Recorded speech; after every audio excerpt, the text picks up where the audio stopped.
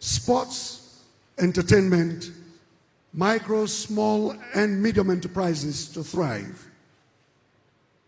To widows and orphans, he has given hope in place of despair. To our youths, he has given them tools instead of excuses.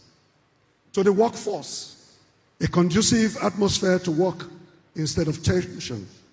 And now to the private sector, opportunities to tap into the potentials of the state seamlessly without stress. He is God-fearing, prudent, bold, transparent, focused, and sincere. Your Excellencies, it will interest you to know that while he was Mr. Speaker of the Delta State House of Assembly, he returned the sum of 500 million naira, that is $500 million, back to the Treasury of unutilized funds at the end of a fiscal year. And as Mr. Governor, he hasn't borrowed a dime from anyone, dead or alive. Yet, his projects are seen from mainland to the creeks. A devout Christian, he still functions as an usher in the church. Please join me welcome His Excellency, Right Honorable Elder Sharif Oberewole, Governor of Delta State, to address us.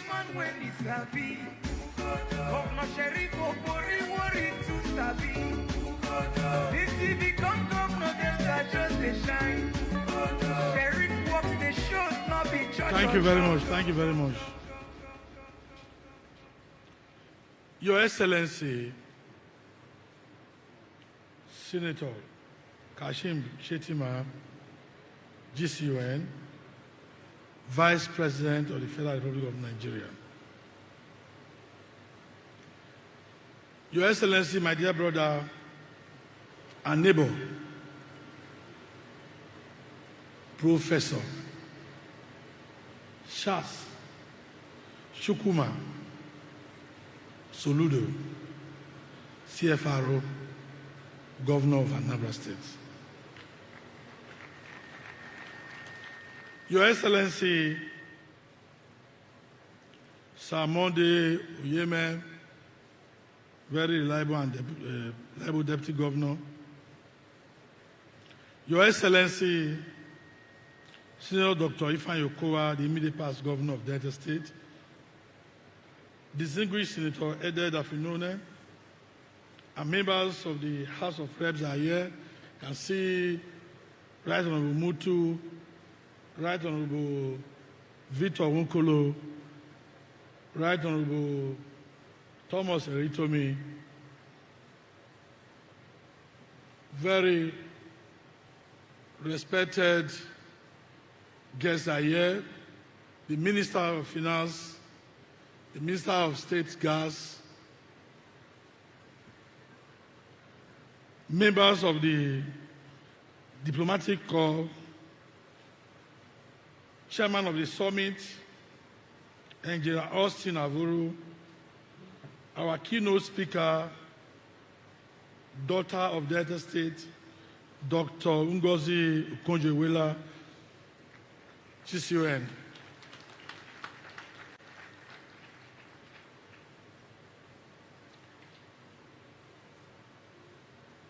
Our guest, Professor Patrick P.L.O Lumumba, who is also here, Captain of Industry, members of the organized private sector, and investors. You can see the Ambassador of Brazil is here, the Ambassador of Malaysia, they are all here, top government functionaries, our very royal fathers, stakeholders, gentlemen of the press, ladies and gentlemen.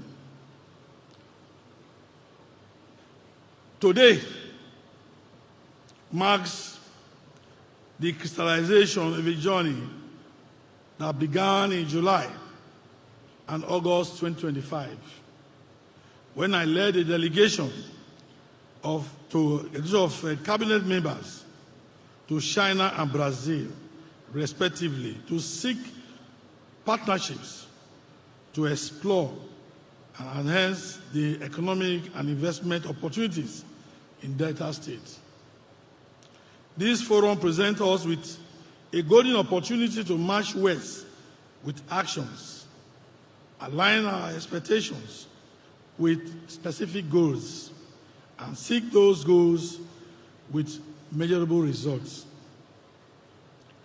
It is therefore my honor and pleasure to welcome you all to this Economic and Investment Summit, convened as part of my administration's strategic imperatives for building a robust economy that is adaptable to the physical, social, and technological changes of the 21st century.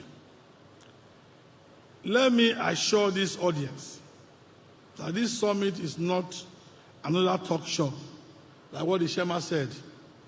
It showcases our vision and strong will to reposition the state economy and enhance its competitiveness in business.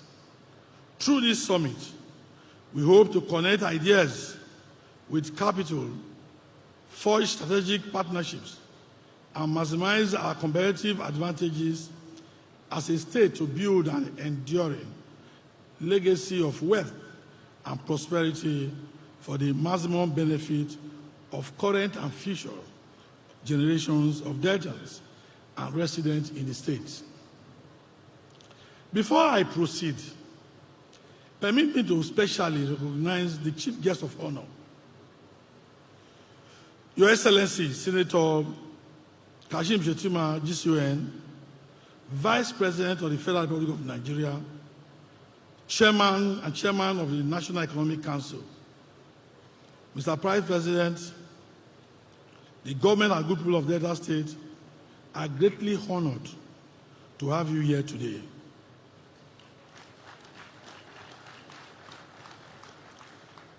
I commend your calm disposition, your intellectual acumen, exemplary leadership, patriotic fervor, and commitment to collaborating with sub-national governments, such as Delta State, for the collective good of our country and its people. Let me use this opportunity to also congratulate you on your renomination as running mate to our President and leader, His Excellency, Senator Bola Ahmed Tinubu, GCFR. I extend my profound gratitude to our keynote speaker, Dr. Ngozi Okonjo, GCON, a globally renowned economist and proud daughter of Delta State, for graciously making time in our busy schedule to deliver the keynote address on harnessing our strength and unlocking our potentials in Delta State. I do not doubt our contribution today will enrich the library of thoughts and information on public-private partnerships for sustainable economic growth. Thank you for putting Nigeria on the world stage. We are proud of you.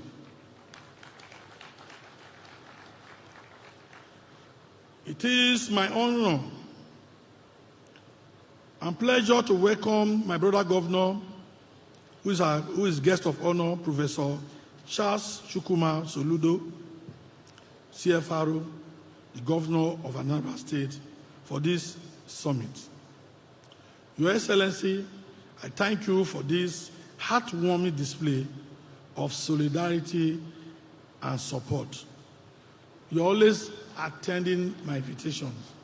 God will continue to bless you, sir. Also adding color to this event is the Honorable Minister of Finance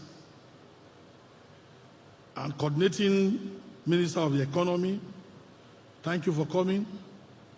Minister of Livestock Development, Minister of Petroleum Resources, Gas, and the Permanent Secretaries representing the Ministry of Solid Mineral Development and Steel Development. Dear Honorable Ministers, I wish to put on record that your presence here is a great source of encouragement and inspiration. I recognize the presence of members of the diplomatic corps who have come to honor us with their presence. We also appreciate the group from Brazil, led by Roberto Gianetti, and director from Brazil Investment Promotion Commission, APES Brazil, and also delegation of Chinese investors, especially those who are already investing in cocoa free trade zone, for honoring our invitation. Chairman, there are also an anchor, people already, maybe not partly brief. We have people already coming to invest in that cocoa free trade zone.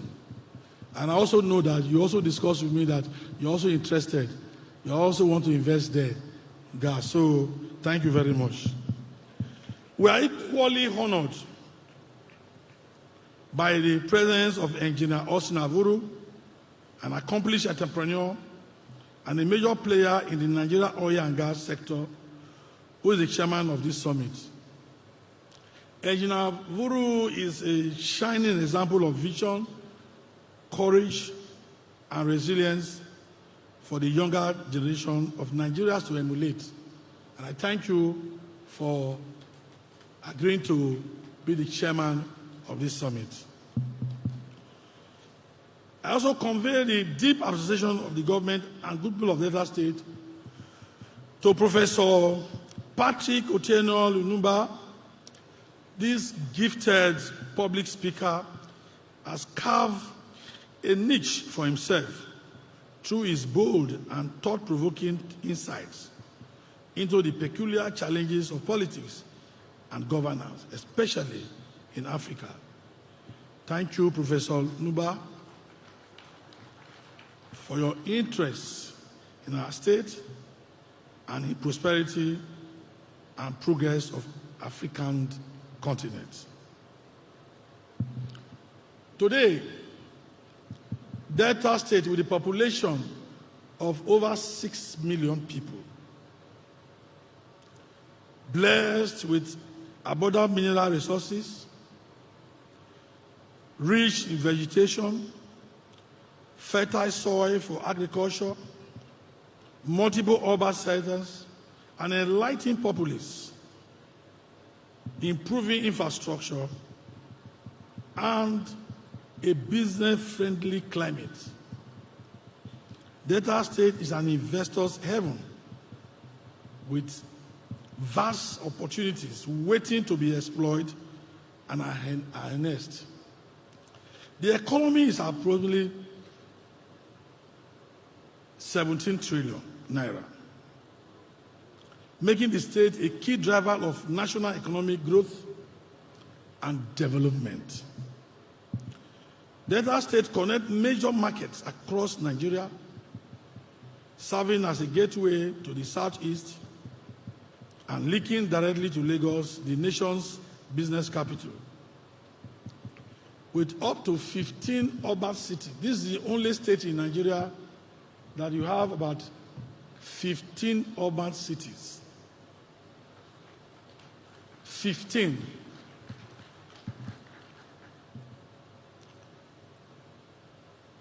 Its greatest asset remains its vibrant, hard-working people, celebrated at home and abroad for their industry and ingenuity. You can see purposely we invited Okonjo Willa to give the keynote address because it's one of our own, that we have exported out to go and do wonder.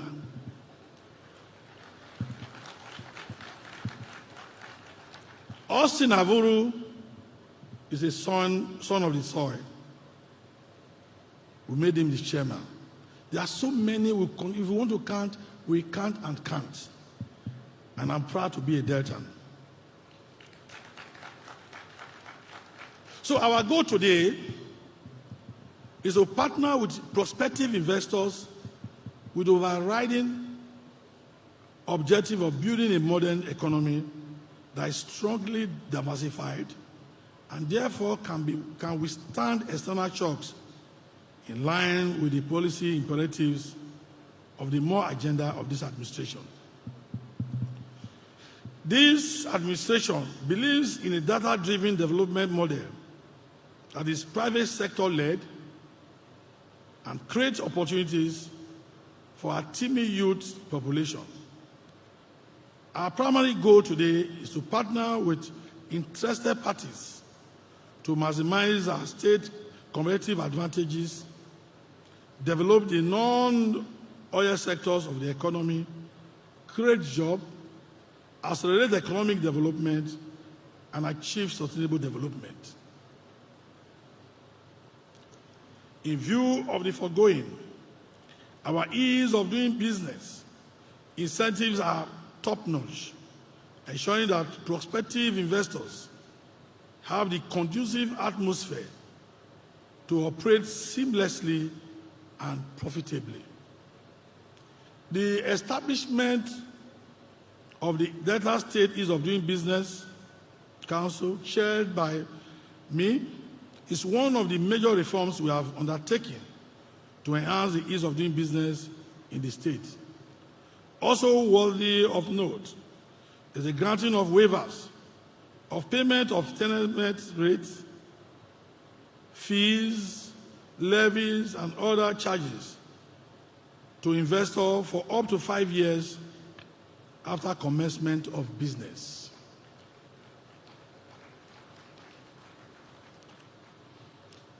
The agro-industrialization plan of this administration, as contained in the more agenda, provides ample opportunities for profitable private sector investments in commercial agriculture and agricultural value chain.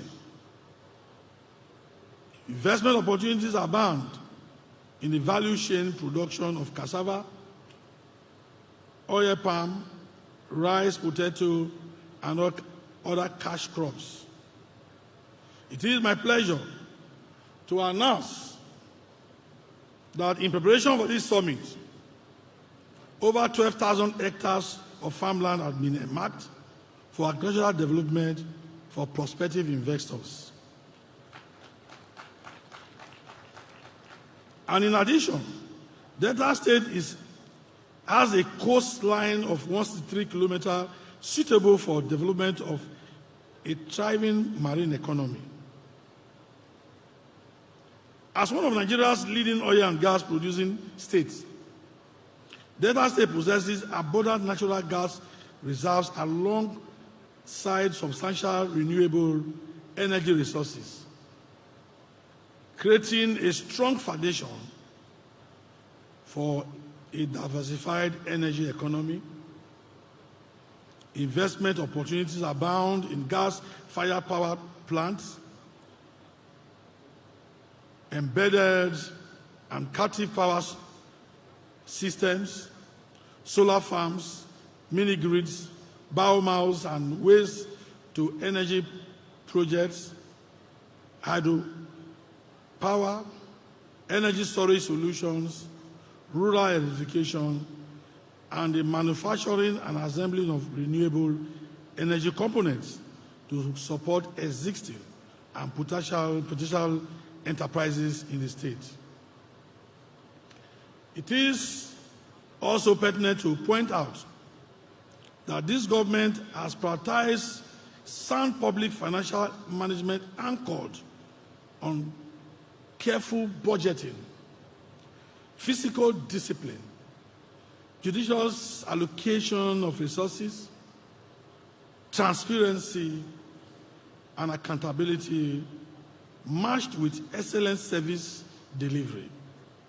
Hence, despite the huge investment in improving public infrastructure, we have not borrowed a kobo from any bank, and we will not intend to borrow. Underscoring our commitment to fiscal discipline and prudent financial management. What this means is that prospective investors are coming to a state that is financially stable and provides an enabling environment for them to operate without let or hindrance.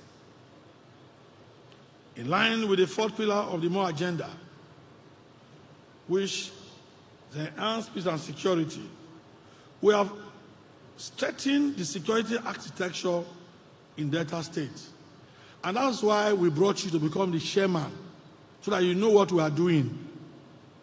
So that you don't look as if you are those in diaspora. This state, the security agencies in the state have been very effective in combating crime and criminality, keeping our state safe and secure. Indeed, our investment in the security sectors have boosted morale among security personnel and local communities, improved trust between security forces and residents, and created a safer environment for economic and social activities. It might interest you to know that Delta State was adjudged the safest state for oil and gas investment in Nigeria in 2024 by the Federal Ministry of Petroleum Resources. This is an overwhelming vote of confidence in the state as an investor's haven. Mr. Vice President, as I conclude my address, I am pleased to announce that the government has set aside $100 million, approximately $133.8 billion, as viability gap funding to de-risk new investments in the states.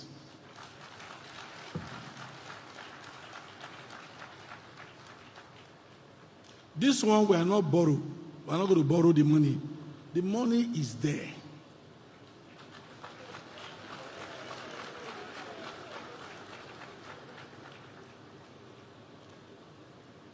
This is a practical demonstration of our total commitment to ensuring that the agreements reached at this summit are executed without delay. As stated at the beginning of this speech, this summit is not a talk show. We are marching west with action. It is my earnest expectation that this marks the beginning of enduring strategic partnerships that will galvanize the massive industrialization of Delta states. Finally, I want to thank Mr. President, His Excellency Senator Bola Ahmed Tinubu, GCFRO, the Vice President, Senator Kashim Shetima, GCON, and their entire team for constantly working hard to bring the dividend of democracy to all Nigerians. I thank Your Excellency, my brother Governor Soludo, very dear honorable ministers of the Federal Republic of Nigeria, and other eminent invitees for honoring us with your esteemed presence. My deep appreciation also goes to our distinguished guests, especially our friends from Brazil and China, for their interest in the development and progress of Delta states. Your Excellency, the Vice President, this is Delta State. We are ready. We are stable. The state is peaceful for investment. And people are already, you look around, you see a lot of people are already. We have to close our portal. When we saw the registration getting to 4,000, we have to close it. We are ready. We cannot be depending only on oil. Oil has made us proud as a state. But we need to diversify. And that is the reason we have decided to organize this summit. The journey that we took to Brazil is working well. The China one is working well. The investors are here. And it is my belief that at the end of this summit, Delta State will smile and will be able to do things, do the needful by the grace of God. Thank you and God bless you all.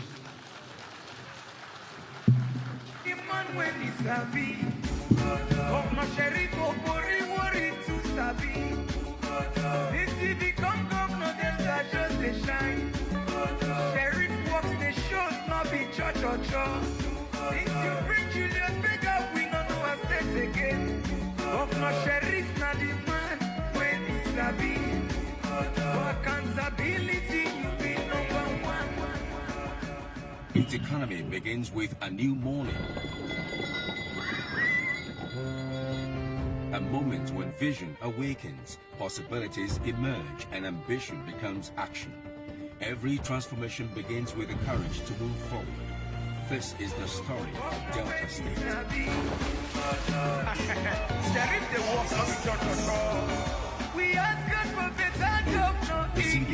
Forward-looking, a state embracing its future. Every great economy begins with a new morning. A moment when vision awakens, possibilities emerge, and ambition becomes action. Every transformation begins with a courage. Every great economy begins with a new morning. A moment when vision awakens, possibilities emerge, and ambition becomes action. Every transformation begins with the courage to move forward. This is the story of Delta State.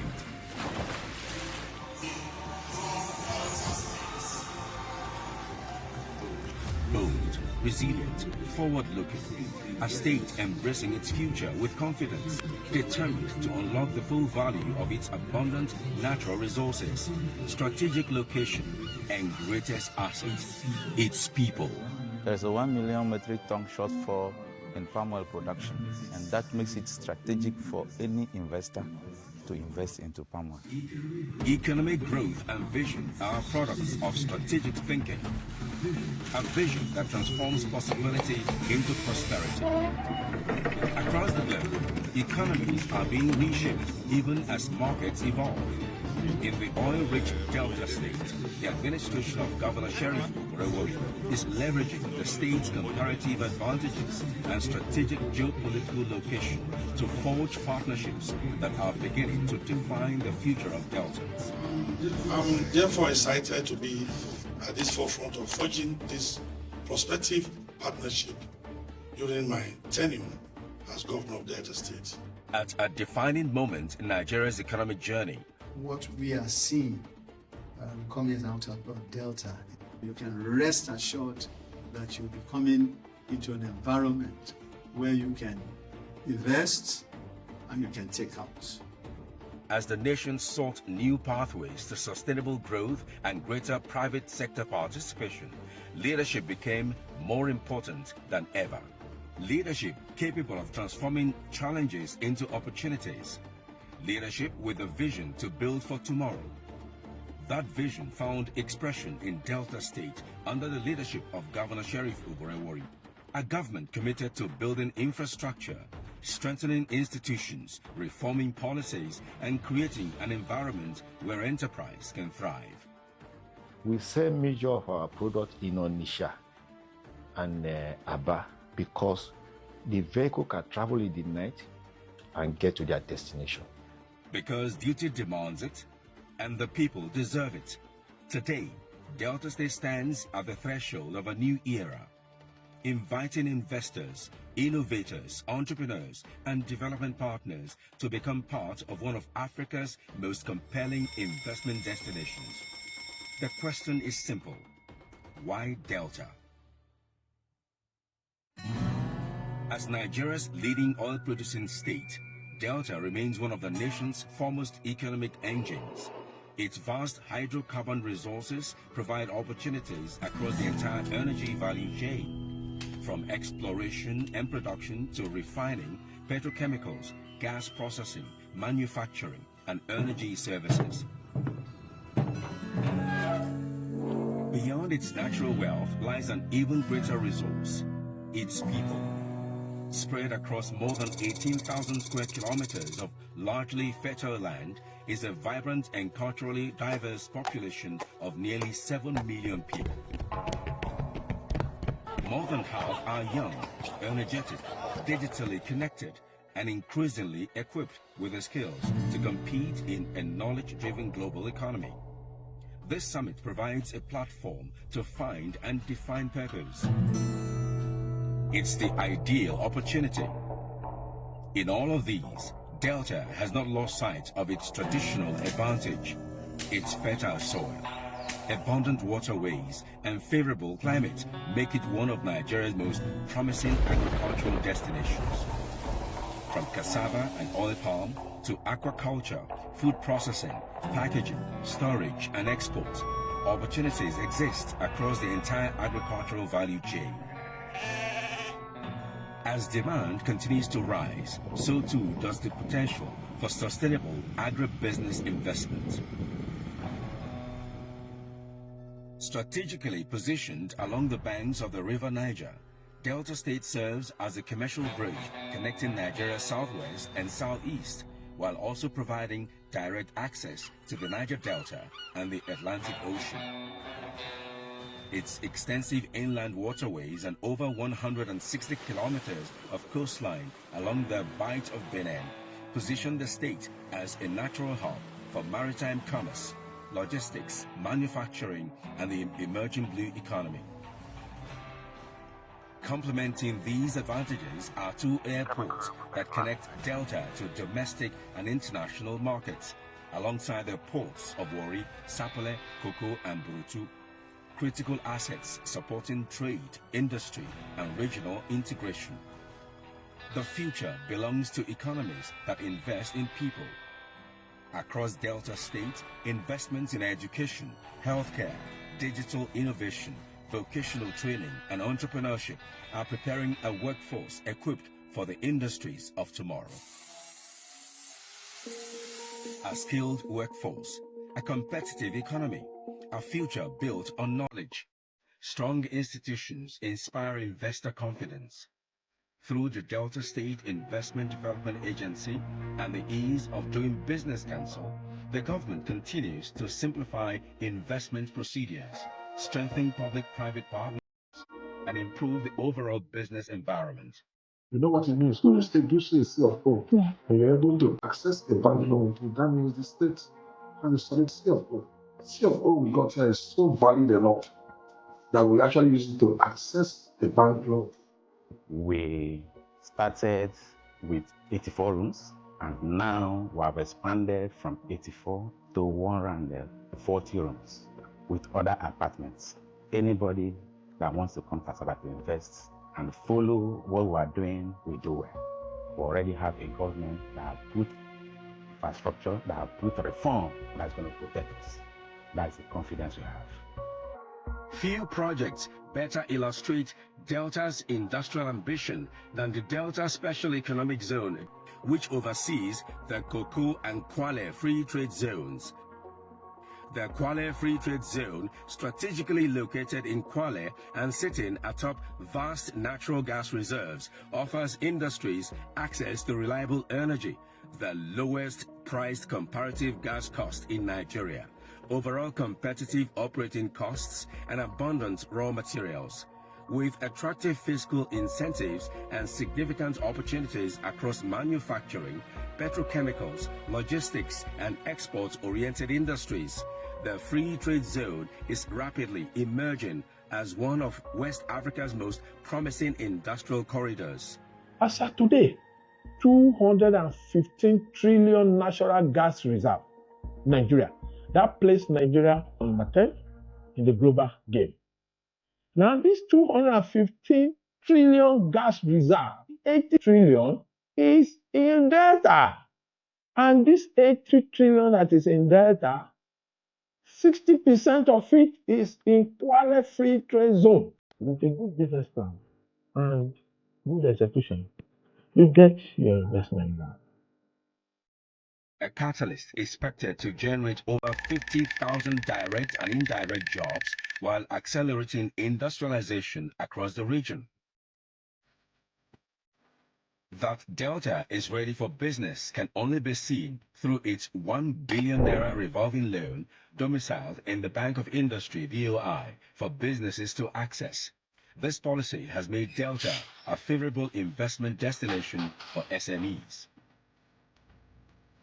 The vision is central to Delta's growth, as SMEs are the foundation of modern commerce and account for over 90% of businesses globally, while providing more than 70% of all employment.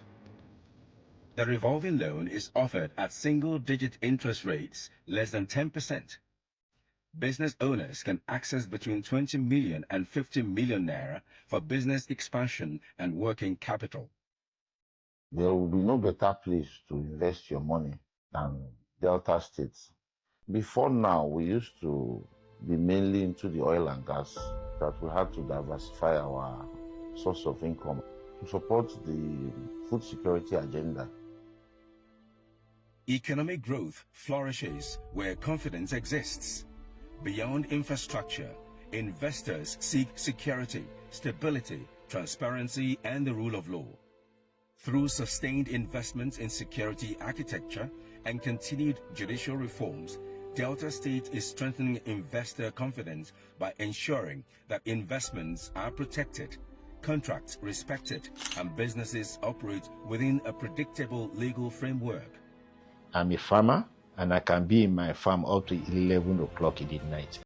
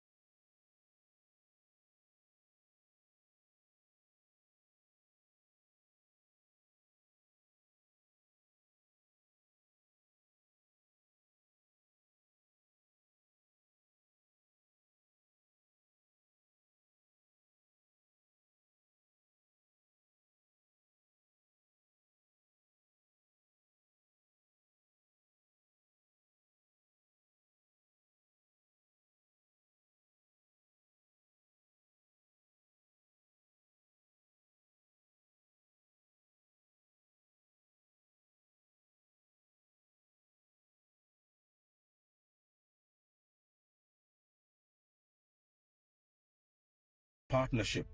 Turn opportunity into enterprise, enterprise into prosperity, and prosperity into a lasting impact. Harnessing our strength, unlocking our potential. Welcome to the Delta State Economic and Investment Summit 2026.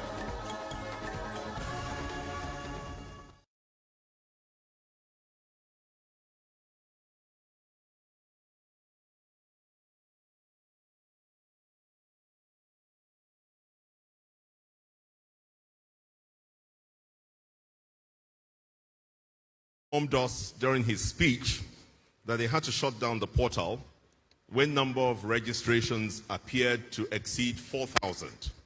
Listening to the applause you've just given to that documentary, it doesn't appear that that's the applause from over 4,000 people in this hall. And I think we can even do better. Only the Chinese and the Brazilians are applauding now. Delta people, Nigerians, are you here with us? If you're here, make some noise. Let's get some energy going. Yep, that's the way it should go. Thank you very much, everyone, for being here. Your Excellency, the Vice President, we thank you. Also, because of you, we have been reliably informed that you need to go and attend to national matters by attending the NEC meeting today. I hope that that is correct. So that being the case, we're having to speed up things a little bit. So please advance notice and apology to all who will be speaking after now. We plead with you to keep your presentations here to no more than 2 minutes. And I can also report that the only person who has indicated that they will not abide by the 2-minute timeline we're giving, he's already smiling. He's the Honorable Minister of Finance. So, Your Excellency the Governor, I think we will delay his speaking until you persuade him that he has to abide by the 2-minute time limit. Do I have your permission on that, sir? Fantastic.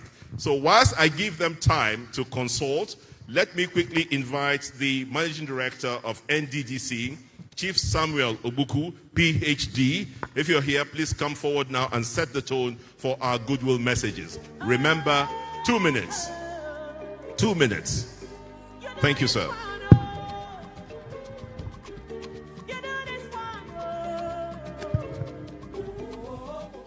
Your Excellency, the Vice President of the Federal Republic of Nigeria, is Senator Kashim Shettima, and also the presidential running mate of the All Progressive Congress, Your Excellency, the Governor of Delta State,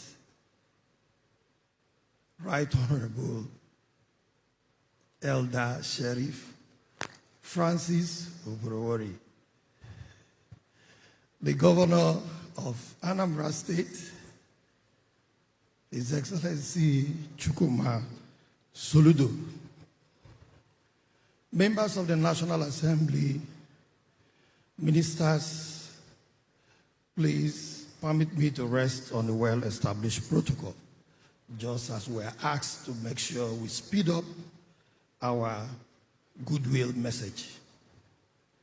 Your Excellency, the Governor of Delta State, I want to say thank you for convoking this Economic and Investment Summit. The summit is not only meant to serve Delta State, but it is meant to serve Nigeria and the Niger Delta. Because I believe this is a prelude among your colleagues, especially in the region.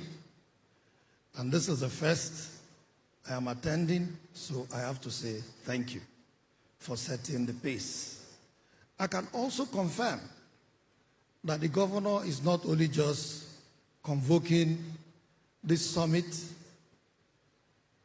for the sake of gathering people to deliberate on the potentials in Delta State, but I can also confirm that the governor is also ready.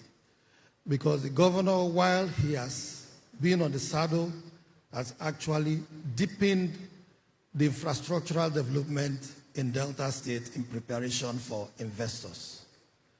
So I can assure all investors that are here that feel free to come and invest in Delta State. Feel free to come and invest in the Niger Delta, because the Niger Delta right now is the safest part of Nigeria. Thank you very much. Thank you, Chief Samuel Obuku, PhD, Managing Director, NDDC. Let me quickly invite for his own goodwill message, Engineer Jamiu Ibrahim, MNI, OON, National President of NASIMA and Chairman of the Organized Private Sector of Nigeria. Engineer Jamiu Ibrahim, thank you, sir. 2 minutes, please bear with us.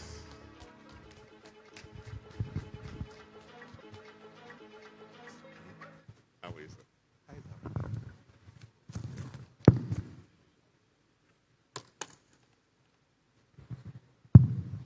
2 minutes. Your Excellency, Senator Kashim Shettima, GCON, Vice President of the Federal Republic of Nigeria, and the great promoter and supporter of the organized private sector, Your Excellency, Right Honorable Sheriff Oborowori, Executive Governor of Delta State. Your Excellency, I practice all through the night to be able to say and pronounce your name correctly. I hope I did not damage it. Your Excellency, the Governor of Anambra State, Professor Charles Chukwuma Soludo, honorable ministers who are here, please, I apologize that because of time, I will not be able to call you individually. But let me recognize the chairman of today's occasion, Engineer Austin Avuro, a friend, a classmate, and a founder of Seplat, one of the most successful oil and gas companies in Nigeria. Let me recognize our mother, the Director General of the World Trade Organization, Dr. Ngozi Okonjo, GCON, we recognize you. And let me also recognize all of you who are present and permit me to recognize what the Master of Ceremony has described as captains of industry, but we would like to say generals of industry, because after 25 years of working hard to promote industry, you have been promoted since last year. Leaders of the organized private sector, I recognize all the members of NASIMA and DASIMA who are present. Distinguished ladies and gentlemen of the press, permit me to commend His Excellency, the Governor, for the Summit and the Summit Planning Committee for convening this timely and strategic gathering at a time when subnational competitiveness is increasingly becoming the driving force behind national economic transformation. This summit, therefore, demonstrates Delta State's commitment to positioning itself as a preferred destination for investment, enterprise, and sustainable development. I would like to leave one challenge to His Excellency the Governor, that please look beyond Nigeria and try to compete with countries outside Nigeria. One of the key words that we like to add in closing is a one word, one enterprise, labor-intensive village enterprises to take care of the teeming population for inclusive growth, in our country. But permit me, Your Excellency, as the apex body representing chambers of commerce across Nigeria, NASIMA remains committed to working with the federal government, state governments, and development partners. But I have an appeal for Your Excellency, which I would like to put before you. Permit me to draw your attention to an issue that is of considerable importance to the organized private sector in Delta State. We humbly appeal to your administration to reinforce its partnership with organized private sector by granting the Delta Association of Chambers of Commerce, Industry, Mines, and Agriculture, DASIMA, the exclusive use and uninterrupted use of the DASIMA City Chambers building for your kind permission, sir. On behalf of NASIMA, therefore, in closing, the organized private sector of Nigeria, I congratulate the government and the good people of Delta State on this important initiative.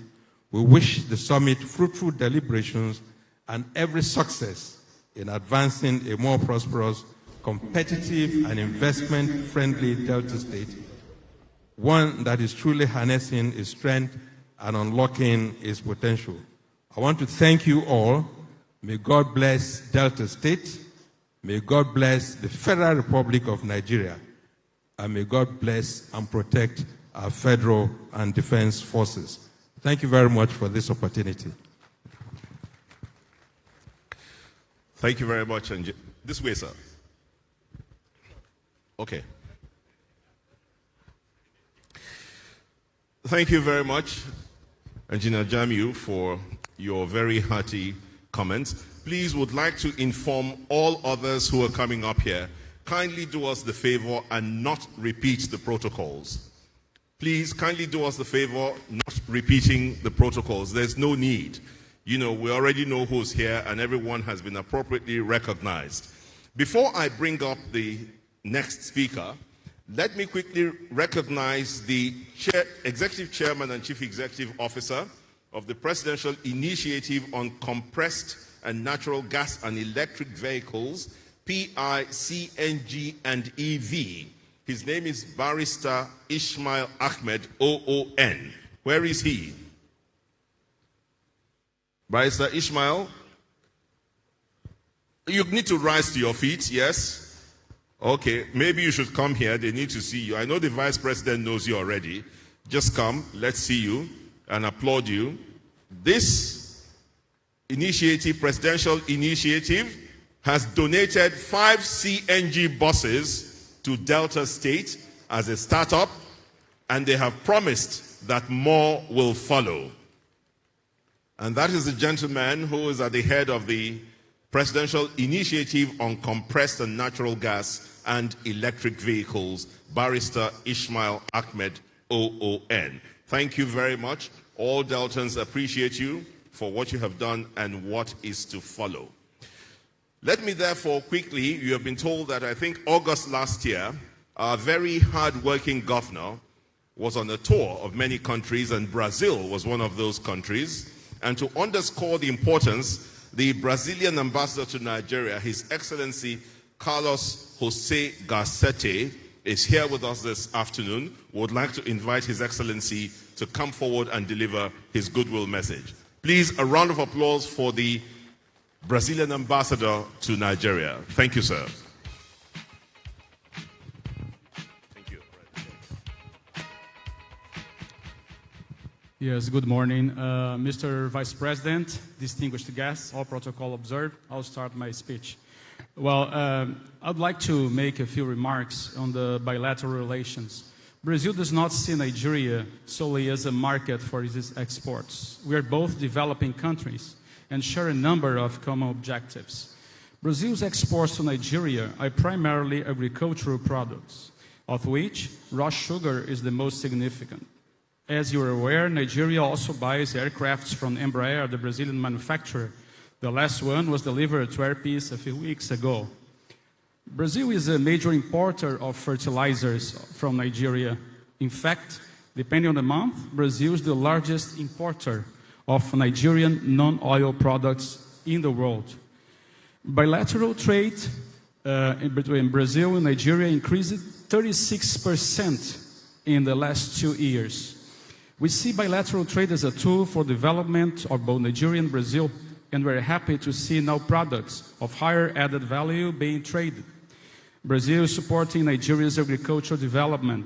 Last year, both countries signed a $1 billion agreement to boost agriculture and food security, the Green Imperative. The purpose is to enable the acquisition of farming equipment, but also to provide training and to establish services centers across the country. Likewise, the project incorporates technical assistance and technology transfer, drawing on the experience accumulated by Brazil, notably by Embrapa over the last 5 decades. We are experiencing the most productive period in our bilateral relations. President Tinubu already visited Brazil 3 times.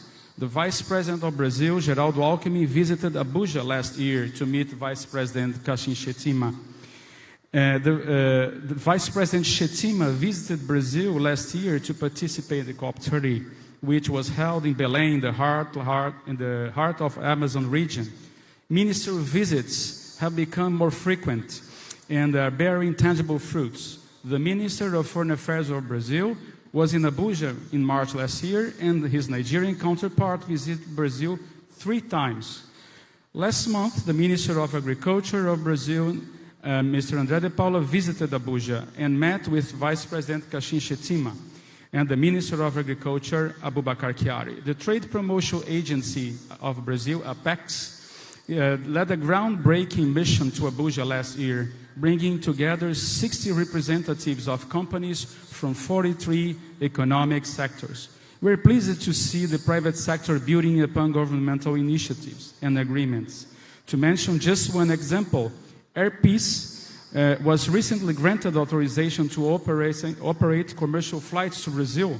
Next time, the Brazilian delegation coming to Nigeria, instead of 24 hours, they may arrive in only 7 hours. After 32 years, Brazil and Nigeria will be connected again. Concluding my remarks, I would like to wish Delta State Economic Investment Summit participants a very successful and productive interaction. I hope this forum will provide a platform for deepening the cooperation between our countries in matters of great social and economic importance. I'm also glad to see the interest of our private sector in doing business across the Atlantic, exploring new market opportunities and building of the agreements of both countries have celebrated. Thank you very much. A loud appreciation to His Excellency, the Ambassador of Brazil to Nigeria. Thank you so much, sir, for your kind intervention. Allow me now bring up the gentleman who is the architect behind some of the most significant tax and fiscal reforms in Nigeria in recent times. Please welcome the Honorable Minister of the Finance and the Coordinating Minister of the Economy, who will be speaking for 2.5 minutes. Please welcome Professor Taiwo Oyedele, very resoundingly, as he makes his way to stage. It's economical. Welcome, sir. Thank you. Your Excellency, Mr. Vice President, Your Excellencies, governors, ministers, senators, special guests, distinguished ladies and gentlemen, please, I need 5 minutes. Okay, thank you, Your Excellency. Looking closely at the theme of this summit, harnessing our strengths, unlocking our potentials, I'm convinced that every word in that phrase was chosen with purpose. It does not say discovering strengths, because Delta State's strengths are not hidden. They are carved into your map, flowing through your waters, resting in your soil, and burning brightly in the ingenuity of your people. So it says harnessing. Then it doesn't say wishing for potentials. It says unlocking them. A bold declaration that the key already exists and that Delta State possesses the courage and readiness to turn the key. That distinction matters because it mirrors the exact journey Nigeria has undertaken as a nation. When President Bola Ahmed Tinubu took office, the administration confronted distortion head-on. Mr. President refused to hide behind fiscal illusions. He unified a fractured foreign exchange markets, removed a crushing fuel subsidy, reclaiming billions of dollars that once vanished into artificial pricing so they could be invested into hospitals, schools, and in constructing roads. He restored disciplinary monetary policy by ending the excessive printing of money, opaque and multiple windows of exchange rates. And through comprehensive tax reform, we widened the tax base while lifting the heavy burden off the shoulders of businesses, especially small businesses. States and local government now receive unprecedented revenues, enabling them to pay salaries on time, settle pension arrears, while investing in human development and building transformative infrastructure.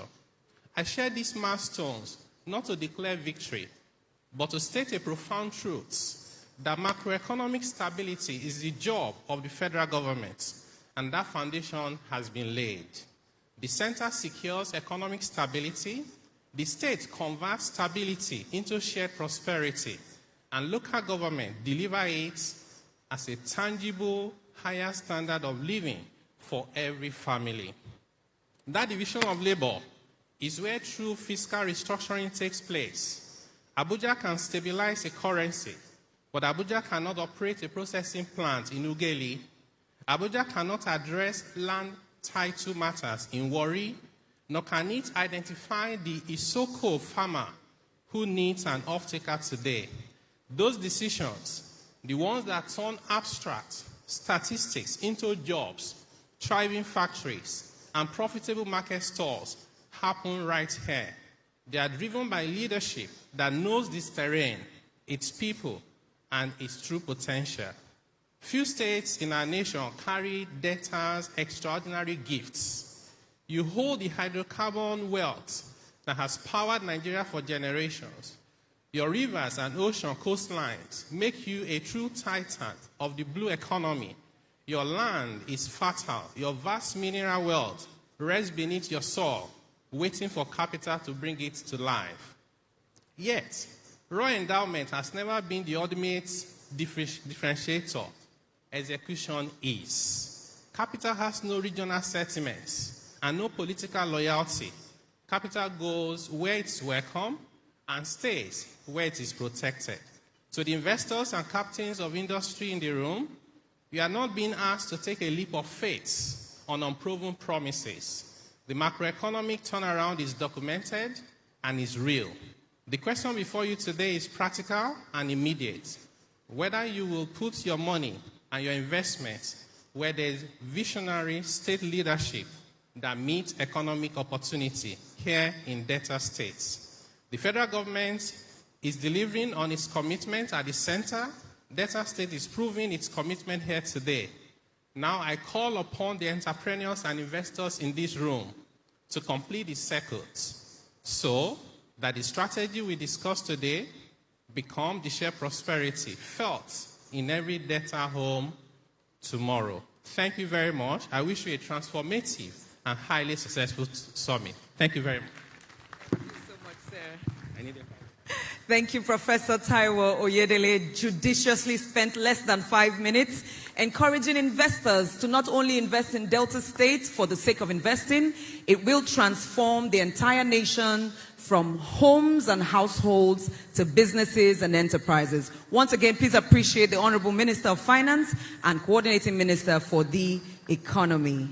It is my joy and my delight to bring to stage this son of Onitsha-Ukwu in Aniocha North, one of Africa's most consequential investors, chairman of the United Bank of Africa, chairman of Transcorp Group, the founder and chairman of Heirs Holdings, with interests in banking, power, energy, hospitality across the continent. Through his foundation has committed over $100 million to the training and funding of entrepreneurs across all 54 African nations, a philosophy he calls African capitalism in action. Please welcome the trailblazing Tony Elumelu, CFR, as he brings to us his 2 minutes of goodwill at the Delta State Economic and Investment Summit 2026. Keep the music playing. He's coming in the TOE way.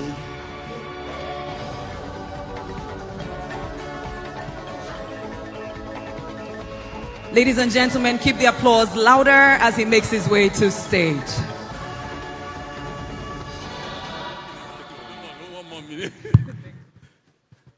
I know they have warned us not to recognize anyone, but our Vice President is here. And I think Mr. Vice President's second state is Delta State. Thank you for coming. I like to congratulate our governor, hardworking governor, energetic and young, for what he is doing to help develop our state. On TV, social media, I watch and I see so many things happening in Delta, and it makes me very proud to be a son of the state. I see people who are building estates in Delta State. One day I was watching one, I said, where is this? And later I saw Asabas. This is in Delta State. Your Excellency, well done. All I want to say is Delta is very safe for investment, hospitable, and very receptive to people. As a group, our group, one of the things we do in our group, we're into power generation and power distribution. Everything we discuss here needs to be powered. We need to provide electricity to make sure it works. In Delta State, we have a 1,000 installed electricity generating capacity at Wheelie, they call Transcorp Power really. Unfortunately, we do about 500 megawatts a day because of some constrained gas issues and evacuation issue. But, Mr. Governor, we would like to discuss with you to see how we can help or partner with you with Delta State to make electricity generation and distribution to the last home in Delta State affordable and possible. I believe that that will help us to truly create employment, alleviate poverty, and industrialize our state. So that will be our group's contribution to what you're doing here. Thank you for what you're doing in Delta State. Congratulations, and thanks to everyone for coming to Delta State. Thank you.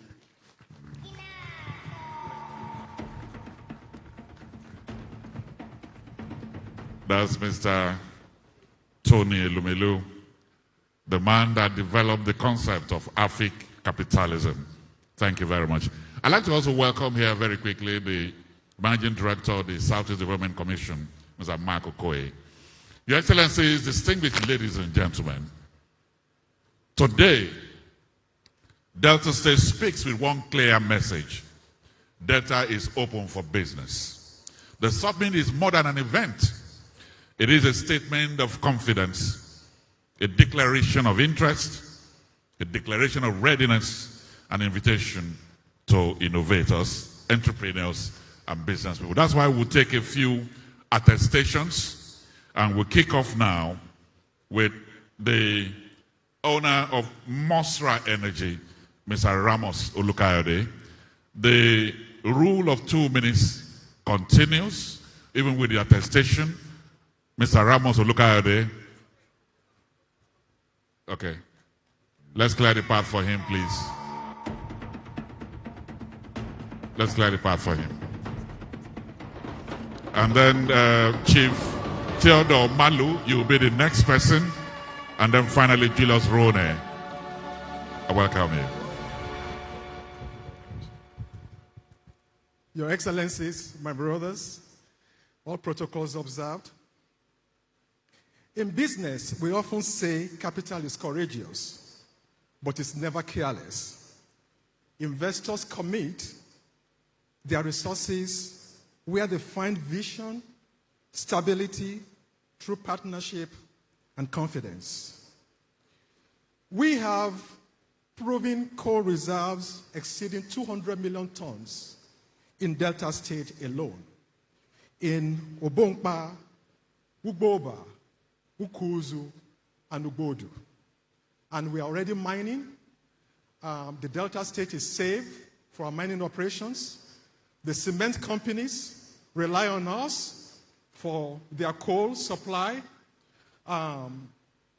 Delta State has the largest reserve of coal in Nigeria.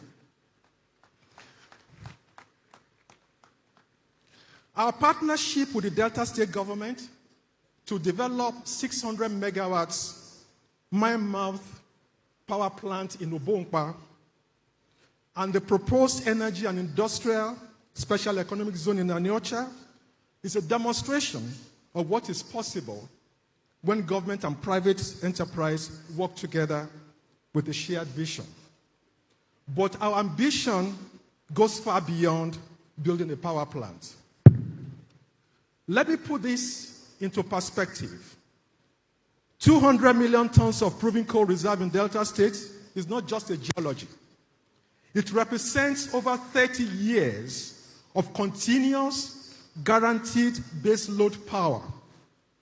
That is enough continuous electricity to fuel industrial manufacturing.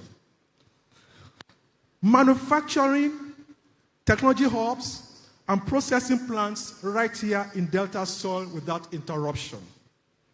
We are not just lighting up a grid. Under the More agenda, we are anchoring West Africa's next industrial powerhouse. To my fellow investors, my message is simple. The best time to invest is before everyone else discovers the opportunity. And that time is now. Your Excellency, thank you for your leadership. your openness to partnership, and your commitment to building a more prosperous Delta State. God bless Delta State and the Federal Republic of Nigeria. And God bless you too. Thank you very much. Thank you. Your Excellency, distinguished ladies and gentlemen, very quickly, Chief Theodore Omalu, Falkland Limited, is next.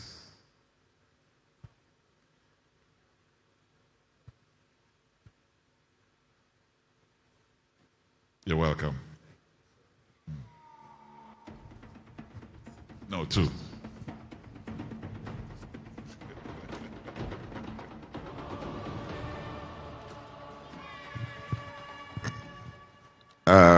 Distinguished guests, good morning, everybody.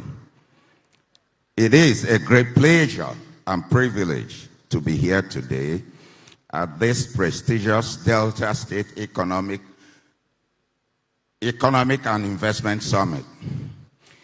I sincerely appreciate the Delta State government for creating this platform where government, investors, and the private sector can come together to unlock the enormous potential of this great state.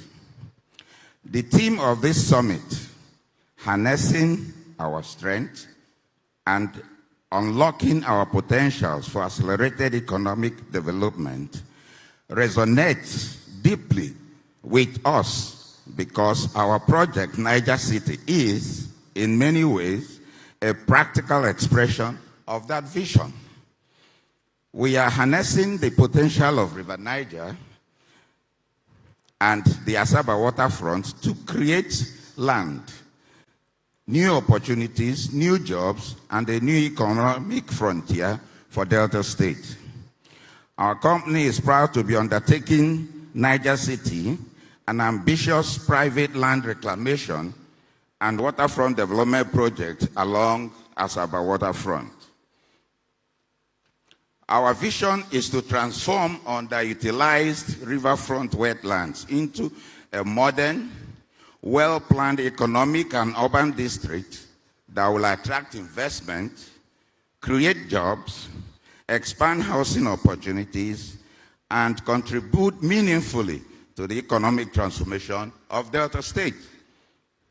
We have had one dredger operating on this project for approximately 2 years to demonstrate our confidence in Delta State, our confidence in the future of Asaba, and our belief in the long-term potential of Niger City. We have also invested in an additional modern dredger to accelerate reclamation process. This is not simply an investment in equipment. It is an investment in a vision, an investment in Delta State, and an investment in the future. When fully developed, we envision Niger City as a landmark waterfront development supporting residential communities, commercial activities, tourism, hospitality, logistics, and other economic opportunities.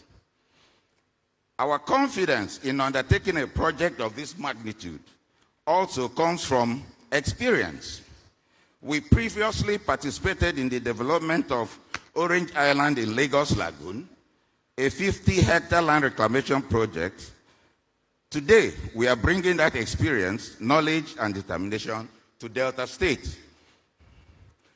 I would like to express our profound appreciation to His Excellency, the Executive Governor of Delta State, for his visionary leadership and commitment to creating an investment-friendly environment. I wish to also especially recognize the Secretary to the State Government for all his support. Ladies and gentlemen, the story of Niger City is ultimately a story of partnership. Government provides an enabling environment. The private sector brings capital, expertise, innovation, and execution. Communities provide partnership and local support, and together we create sustainable economic value. To my fellow investors, I say, take a serious look at Delta State. The opportunities are enormous. Our experience with Niger City has reinforced our belief that when government creates the right environment and investors commit capital and expertise and perseverance, extraordinary things happen. This is why we remain committed to Delta State. We are committed to investing. We are committed to creating employment. We are committed to working with communities, and we are committed to contributing to the community transformation of this great state. Ladies and gentlemen,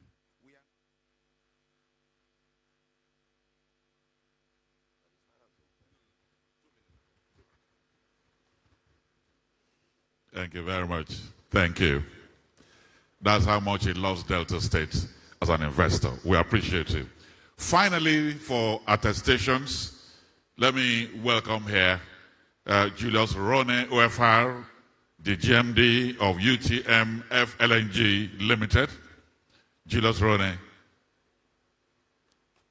Thank you. Your stride tells me that you are going to do 2 minutes. Thank you.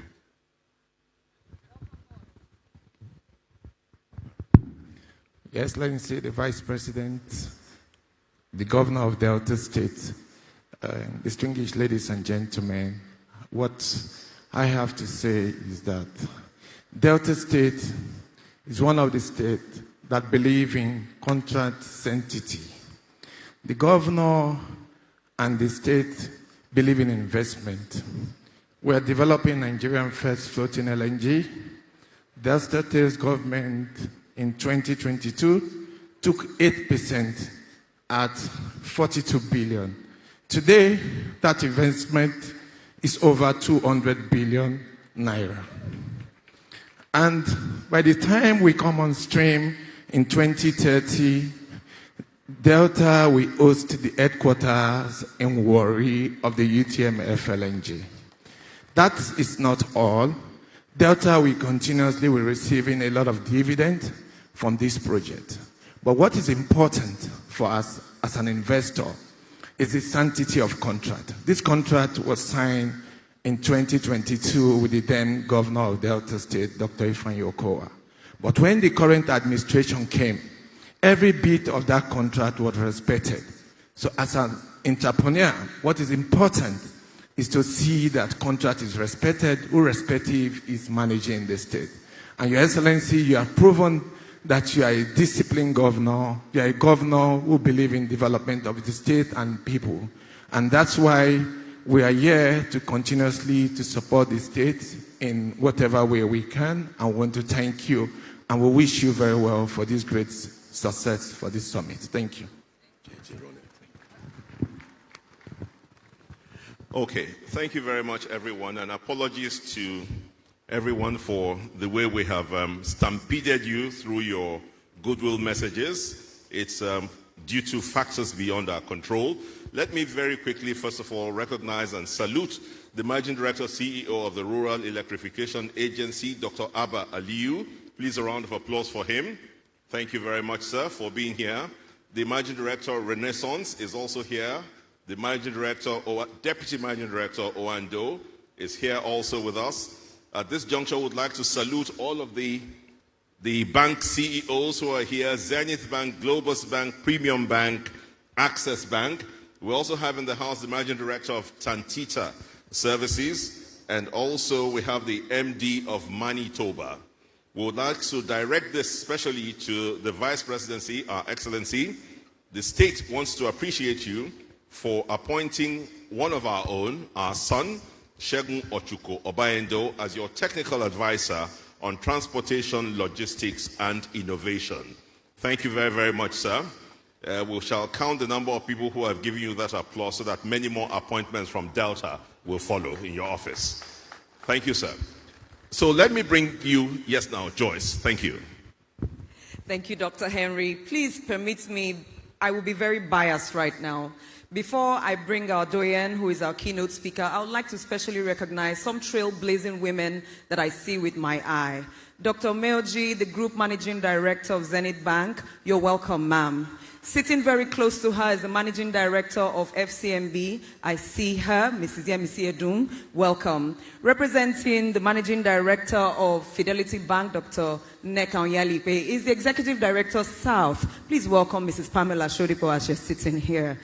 It is my joy to bring up our keynote speaker at the Delta State Economic Investment Summit 2026, the 7th Director General of the World Trade Organization, the first African and the first woman to hold this office in the entire history of the WTO, previously served 2 terms as the Nigeria's Minister of Finance and Coordinating Minister for the Economy, served as Managing Director of the World Bank.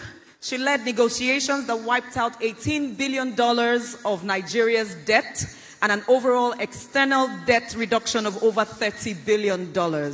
She's recognized as one of the most influential humans alive today. She was nicknamed Okonjo Wahala because she brought Wahala to inefficiency in the economy. She brought Wahala to corruption. Distinguished ladies and gentlemen, this global institution in human form, role model to men and women across the globe. She was born right here in Ogwashuku, and she has not forgotten her roots. She's not here as a visiting dignitary. She is home as a daughter of the soil. Please join me as I welcome and I receive my role model, your role model, the Director General of the World Trade Organization, our keynote speaker today, Dr. Ngozi Okonjo Iweala, GCON. The conqueror, the champion, the lion is here.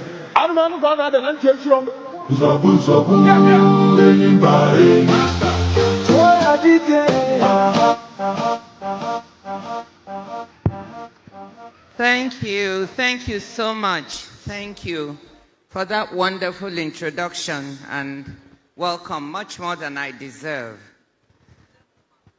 I just want to alert you that as the keynote speaker, my speech is 20 minutes. So you'll be ready. I was given that time. Your Excellency, Mr. Vice President, Senator Kashim Shettima, GCON, thank you for being here, for taking the time to come to Delta State. Your Excellency, Right Honorable Elder, I always wonder when I see that, because you're younger. Sheriff Oborewori, the governor, executive governor of Delta State, one of my really favorite people because he's action-oriented. Your Excellency, Professor Chukwuma Charles Soludo, so nice to see you here. Your Excellency, Samonde Onyeme, Deputy Governor, Delta State. Your Excellency, Senator Dr. Ifeanyi Okowa, immediate past Governor of Delta State. Good to see you. Distinguished Senators and members of the House of Reps, Honorable Ministers, especially the Minister of Finance, very nice to see you, one of my successors.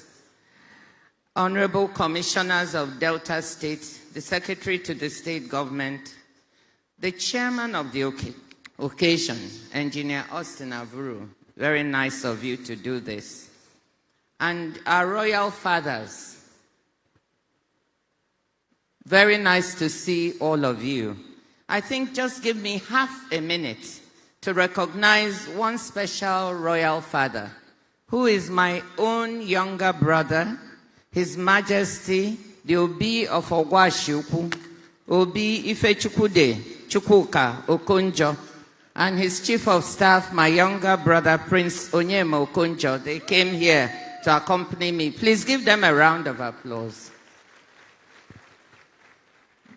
Distinguished ladies and gentlemen, excellencies, it's always a joy to be back home in Delta State.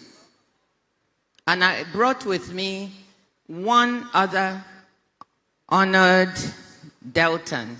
His name is Dr. Bright Okogu from Abraka, the former Director General of the Budget of the Federation, who is now the Chief of Staff of the WTO.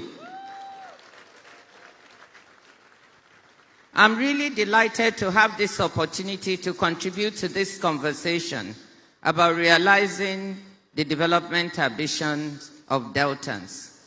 But as I rejoice with you, Your Excellency, I have to be very careful because you said I'm an export. So I've been exported to the WTO, but I was exported to Abia State first. And I have to acknowledge my husbands, because when they hear you, maybe Governor Alex Oti will lock me out of Abia State, and I won't be able to go home. So I also want to salute my husbands in Abia State. I thank His Excellency the Governor of Delta State and the organizers of this summit for this invitation. I want to congratulate you, Excellency, on the development strides that you have been taking. He and I are often in touch. He's always WhatsApping me with one thing or the other. And the reason I came is because you take action. The fund you just announced of $100 million to de-risk investment is exactly the kind of things that we need. I also want to salute the investors, the development partners, captains of industry that are here, the entrepreneurs, the women entrepreneurs in particular, and the youth. And to thank the investors, especially the ambassador of Brazil and the delegation from Brazil, Malaysia, China, and others.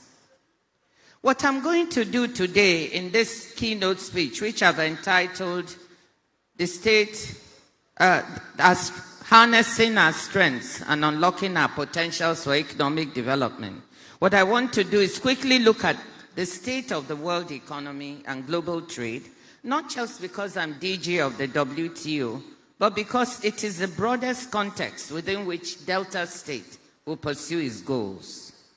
You all know that these are difficult times for the world and for global trade.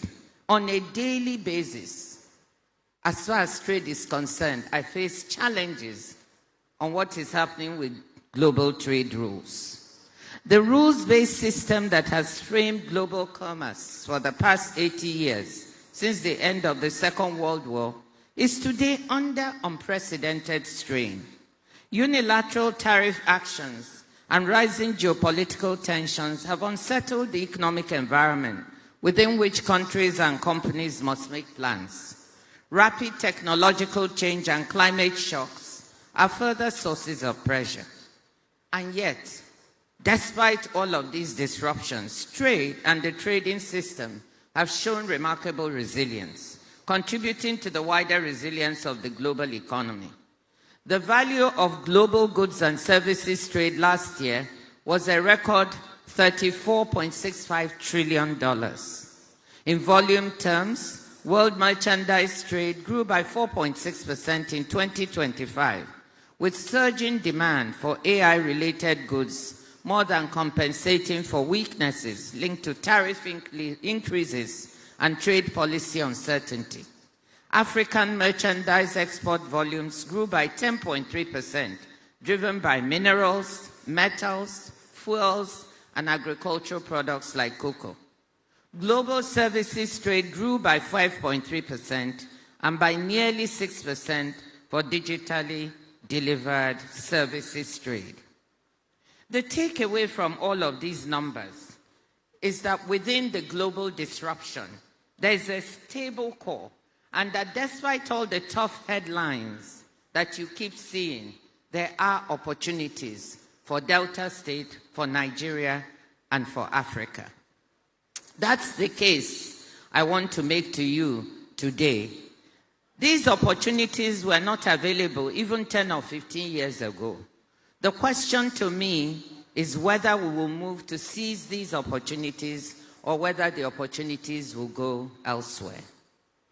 In recent years, particularly since the COVID-19 pandemic, it has become clear that a world economy designed for interdependence is now marked by some troubling overdependencies. Overdependence on the US for digital services and final market demand, overdependence on China for critical minerals, and the weaponization of some of these overdependencies is swelling anxiety, resentment, and a desire for diversification. And that is why the word diversification here repeated in Delta State is very appropriate and timely. The resulting push by companies and governments to reduce exposure to geopolitical and other risks by deconcentrating supply chains is an opportunity for what we at the WTO are calling re-globalization, making global value chains more resilient to shocks by attracting more investment to places like Nigeria and to Delta State that have been on the margins of the global distribution of labor. Alongside the potential for re-globalization are a related set of opportunities on the continent that it has created for itself.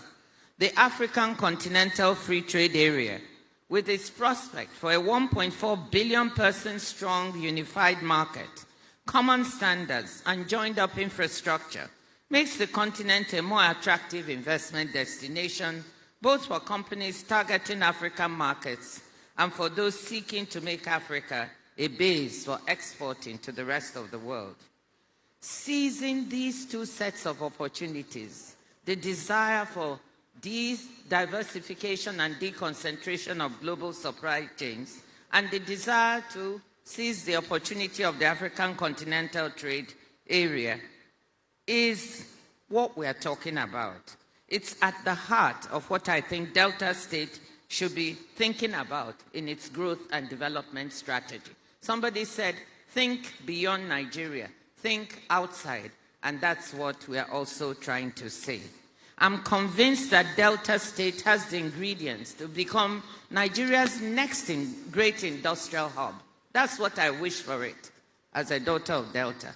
Standing alongside Lagos, Kano, and Port Harcourt as an engine of the national economy.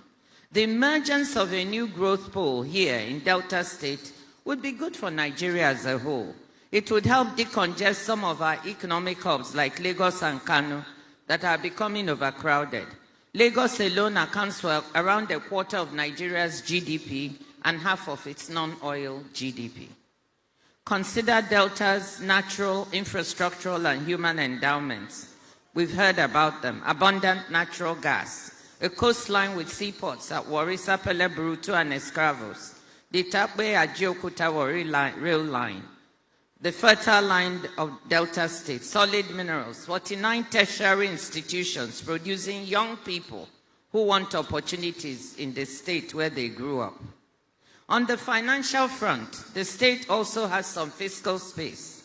Budget's 2025 State of States report ranks Delta 6th of 35 states in overall fiscal performance and second in debt sustainability. I was very happy about that. And when I heard one of the speakers say, you're not going to borrow from anyone dead or alive, I was smiling. Keep the fiscal prudence, because without it, you're not going to be able to build the Delta State we want. If you have to deploy resources, you have to deploy them in a manner that makes the state productive, not wasted. The 2026 proposed budget of 1.664 trillion naira prioritizes increased capital expenditures as part of the efforts to move Delta onto a higher growth path. A stable macroeconomic environment at the federal level on exchange rate management, bringing down inflationary pressures, would improve states' prospects for success. And we have heard the Minister of Finance and the Central Bank Governor, I was with him a few days ago, talk about the progress that is being made, and that's moving in the right direction. But the fact is that endowments alone do not add value. Budgetary allocations alone do not lead to new roads, to good maintenance. We lack a maintenance culture in the country. I have to say that I'm Nigerian, and I was telling Engineer Austin Avuru, thanking him for mentioning maintenance. We need that. We need better ports and digital infrastructure and lower trade costs. Execution is what matters. And successful execution requires focus. It requires prioritization. So let me touch on a few priority areas for focused investment. We've listened to Delta State, and the one or two things I have to say seem to coincide. The Delta State's government focus on developing the special economic zones makes sense. In fact, a new report by the World Bank on industrial policy specifically identifies special economic zones as one of the best available tools for governments with limited fiscal space and bandwidth and relatively small local markets. Governments can improve infrastructure and regulatory frameworks for a specific location, which in turn allows for the pooling of labor, inputs, and ideas. With Delta State's gas assets that we've heard about, and working with the federal government, this is key, working with the federal government, you have an important ingredient for the essential infrastructure. Because elements of a successful industrial park include 24/7 infrastructure, meaning electricity, roads, rail, water, and IT connectivity, together with on-site support for licensing and other aspects of regulatory compliance, you need the federal government's full support for what you're doing. I've not had the chance to visit the Delta Special Economic Zones in Kwale and Koko, but I know they have been under consideration for years, and we saw in the movie that something is happening. But I also would encourage you to visit a couple of other special economic zones around us. I visited the Lekki Free Zone just 2 days ago, and the deep sea port. And what is happening there, it started while I was Minister of Finance, and what is happening there is worth seeing. Phase by phase, they are working and they are developing the area. There are 5,000 people employed there now. I also think that the Glo-Jigbe Special Economic Zone in the Republic of Benin is well worth a visit. I was there, and what struck me was a large number of young men and women, graduates and people coming out of secondary school who were employed in the various industries on site. The park runs like clockwork, meaning everything works, everything is on site. They don't need to go anywhere to do anything. And that is the kind of special economic zone that we would like to see. I don't know if Afrexim Bank is here or Arise, some of the investors there, but I think that what I saw them doing there is good testimony to what can be done elsewhere and done here, right here in Delta State. In tandem with the development of the special economic zone, another priority would be to identify a small number of value chains. Again, it was said at the beginning, areas where you have strong comparative advantage, and they are there. We've talked about agro-allied processing, but there you have listed a number of crops. Which 2 or 3 are you going to prioritize? That's my question to you. Because if we go into so many, we dissipate the amount of capital and resources we have. So I would ask you to focus on 2 or 3 that are likely to do well. And you've mentioned several of them. It's not only about the 2 or 3, but we have to go all the way from the production all the way up the value chain, ensuring standards, quality, access to finance, access to markets. This is what trade is about. It doesn't start just when you have the product. It starts even when you start to produce the product. So I strongly encourage you to identify 1 or 2, 3 crops, no more, focus on those and take those along the value chain. Second, the blue economy. Delta's coastline and rivers have been mentioned. They have the potential to support aquaculture parks, fish landing sites, jetties, and cold rooms. Nigeria imports on average 573,388 metric tons of fish and fish products, worth $866 million, almost $1 billion a year. We import that. Can Delta State become the blue economy hub to capture that market, meet the demand? Imagine if we could import substitute for the $1 billion, almost $1 billion we're spending in importing fish into the country.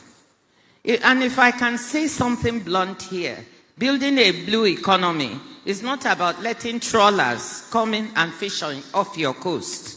That's not what I'm talking about. Actually, at the World Trade Organization, we have a new agreement that talks about how to reduce this phenomenon, because our coasts are fished with these trawlers, robbing the small fishermen and women of access to fisheries. So that's not what I'm talking about. We have a grant now with the Nigerian government to assess our fisheries management capacity, and I hope that Delta states can become part of that. It's being managed by the Nigerian Institute for Oceanography and Marine Research, along, of course, with the Ministry of Industry, Trade, and Investment. So please find out about it and see if we can make you part of the assessment for the potential for your marine fisheries. In addition to the fisheries, the state's seaports, export terminals, and commercial centers provide a base for port services, ship repair, and marine logistics. The question is, what investment is needed in these ports or marine services to enable Delta State to take better advantage of this natural endowment? So this is the kind of development that would make for very good jobs for our young people. Turn Delta State into a marine logistics hub. So that's the other request I have for you. Turn it into a marine logistics and ship repair hub. And finally, the third area is in oil and gas. Yes, we've spoken about this. That's what the state is known for. But we've heard, even in the oil and gas, we've got work to do. We've got to improve pipeline connectivity. You have to work with the federal government to get gas to these other areas. If you make the special economic zones, the gas has to be piped there so it can actually work. You have people who want to generate power for the state, but if they don't get the gas, they will not be able to do that. You want to develop a solid minerals industry, and we've got what it takes in silica, kaolin, and other things, but they all need the gas to be properly piped to where it's needed. And finally, on digital infrastructure and AI. We haven't spoken much about that, but this is where the world is going. The world trade itself is going digital. So in all the developments you do here, I want to strongly encourage you that connectivity to take advantage of the digital economy is essential. I would like you to also see how that can be prioritized. Our young people are all on the internet. Our women are trading digitally, but they need the connectivity to make all of this work. So, ladies and gentlemen, excellencies, I've sketched out the opportunities awaiting Delta State, and they're rather exciting. What you have to decide now is how to deploy your capital. You've spoken about it, Your Excellency, but I think there's still work to be done in terms of prioritizing what you want to do. But I'm optimistic. I'm a Delta State optimist. I'm also a Nigeria optimist. We have the confluence of three windows of opportunity: the global push for supply diversification, the African continental integration, and within Nigeria, the recognition that economic transformation will not come from Abuja alone. The Minister of Finance talked about that. That sub-national governments will have to step up, as you are doing, Excellency, to create jobs, attract investment, and provide public goods. The prize-winning Delta author Ben Okri famously wrote, and I quote, "Don't neglect the gold in your own backyard," unquote. The true wealth of Delta State has never just been our oil and gas, it's our people. This summit is about taking care of the gold in our backyard, of starting the years of hard work needed to deliver on our people's hopes and aspirations for better lives, on demonstrating that Delta can and will compete for investment and become the industrial hub for Nigeria that I want it to be. Delta can and will transform itself from a resource-rich state to a diversified, inclusive, and resilient sub-national economy. Excellency, dear Governor, Mr. Vice President, my fellow Deltans, I just want to wish all of us perseverance and success. Thank you.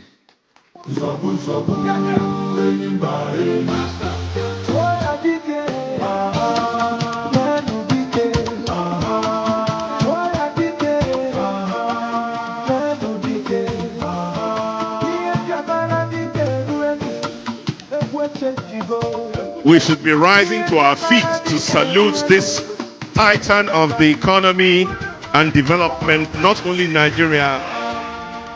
Yeah. And please, whilst you're standing, can you bring the roof down with your applause for this diminutive yet powerful African representation? Thank you very much. Our own sister, two-time minister. You know, when you hear Dr. Ngozi Okonjo speak, you wonder whether it's the same person who authored the book titled Reforming the Unreformable. And that was her opinion about Nigeria and her journey through the years of trying to pioneer and champion reforms in this country. Ladies and gentlemen, the story has been made clear. I only wish she'll be here tomorrow when the sessions and the panels start to shed more light on the very succinct message she has delivered to us. I'm glad that our governor listened with rapt attention, and I'm sure that the message that you have left with us will not go unheralded. Thank you very much, ma'am. In the meantime, your pen has just dropped there, ma'am. So, that is a World Trade Organization biro. So we keep moving on. There is so much to do, too many people wanting to be recognized, as indeed we should. And now, I don't know where I have put the papers, but as I find them, we shall do them. The Director General of the Braced Commission, Ambassador Joe Keshi, is here. We want to salute Dr. Ebiere Jasper Eradiri, President, AIC Africa, the Association for SMEs, is also here. I have Executive Director, Business Development, Nexim Bank, Honorable Stella Okotete here, our own daughter as well. Thank you all for being here. We will now take another message from a man whose role here is to ignite our minds and set the intellectual tone. Well, he's not setting it anymore. That's past. That tone has been more than set. He will join it and fine-tune it, because we want to welcome this African legal luminary, a passionate Pan-Africanist, and our distinguished, eloquent guest speaker. We know his name, but he's a man who's known for telling us that Africa is moving in reverse gear and that we have remained beggars at foreign tables. The same speaker has told us that Africa is guilty of operating with inherited foreign institutions. He tells us that Africa's worst enemies are within, referring to our collaborators. But most of all, the most provocative one is where he tells us that there is no shortage of idiots in Africa. Professor Patrick Lumumba, I want to tell you there is no idiots in Delta State. Welcome to the microphone. Thank you, sir. Thank you very much. Let me stand on the protocols already established, but it would be proper to recognize His Excellency, the Vice President of the Federal Republic of Nigeria, Senator Kashim Shettima. It is also proper to recognize the Governor of Delta State, all the governors here present, all cabinet ministers here present, and of course the traditional rulers and the keynote speaker, Dr. Ngozi Okonjo.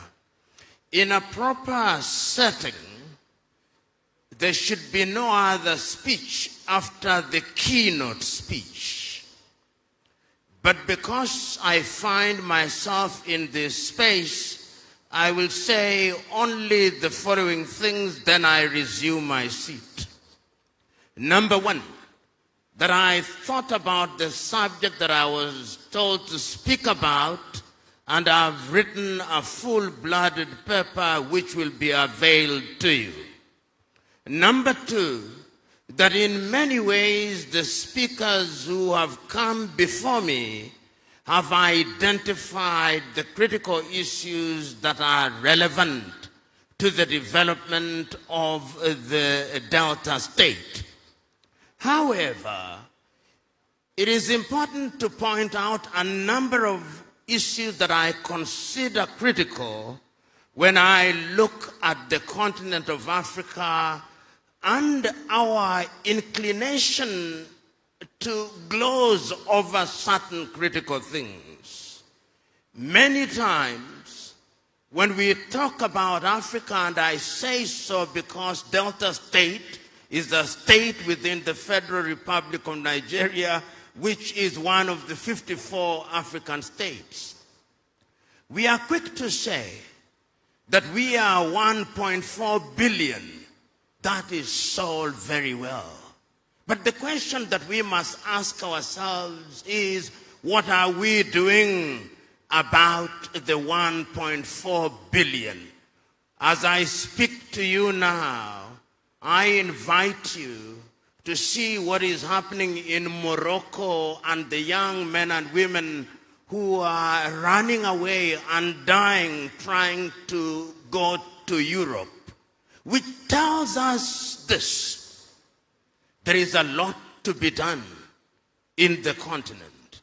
And that is what gladdens my heart, that in your own small way here in Delta, recognizing as you do that Nigeria must be built state by state, you are beginning to recognize the areas that ought to receive attention. You are recognizing that oil must be utilized. And you, Mr. Governor, did tell us that you are aware of what the Norwegians have done, that they now have a sovereign fund of nearly 3 billion or 3 trillion United States dollars. The question that you must therefore ask yourself, will you do that here in the Delta State? We have been told that when we talk about oil in Nigeria, you are the oil state in Nigeria.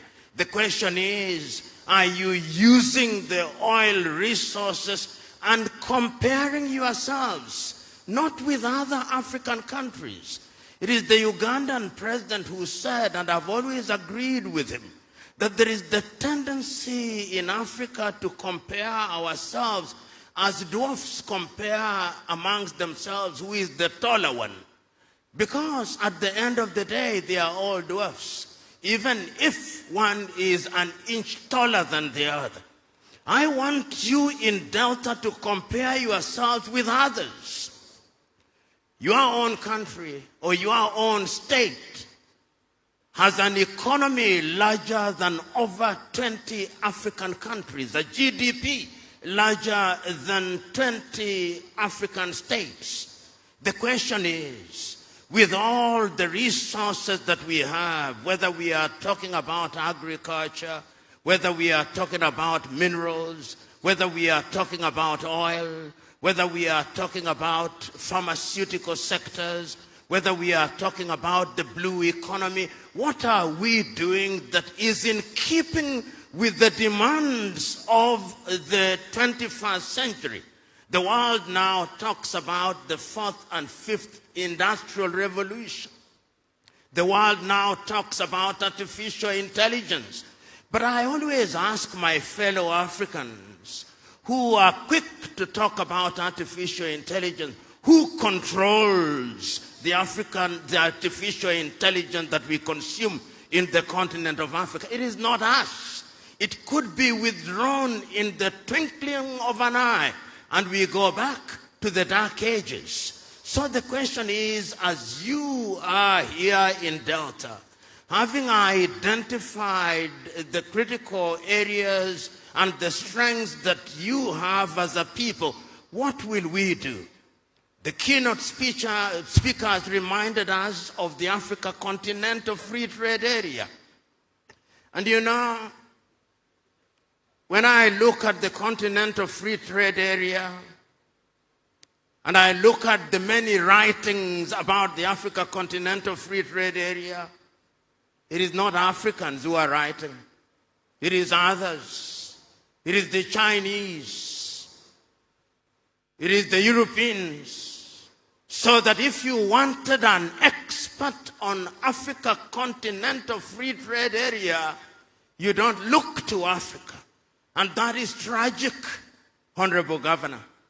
It is equally tragic that in our interpretation and understanding of who an investor is in the continent of Africa, we still don't think that fellow Africans are investors. We think, and allow me to be blunt, that our investors must be Malaysians. We think that our investors must be Brazilians. We think that our investors must be Chinese. That is not the case. And I'm saying this because in the year 2018, I and others started something called the Pan-African Investment Movement. We have now visited 6 countries and we have told heads of state that even Africans with $100,000 each, putting the money together, are investors.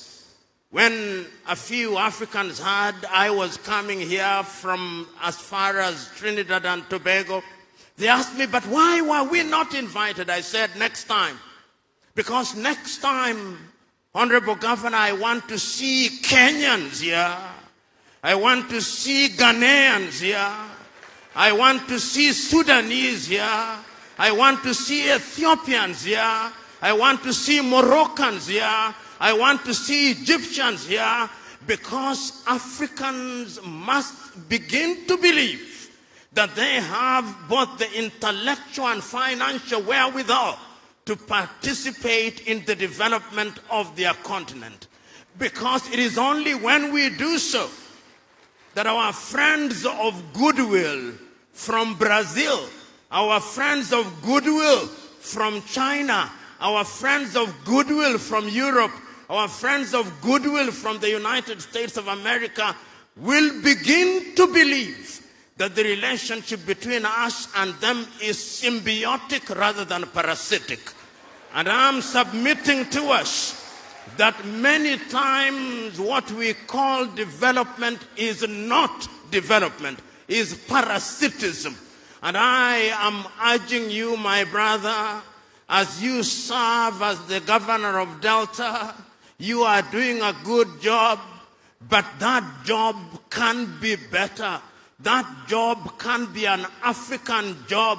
That job can give meaning to Africa Continental Free Trade Area.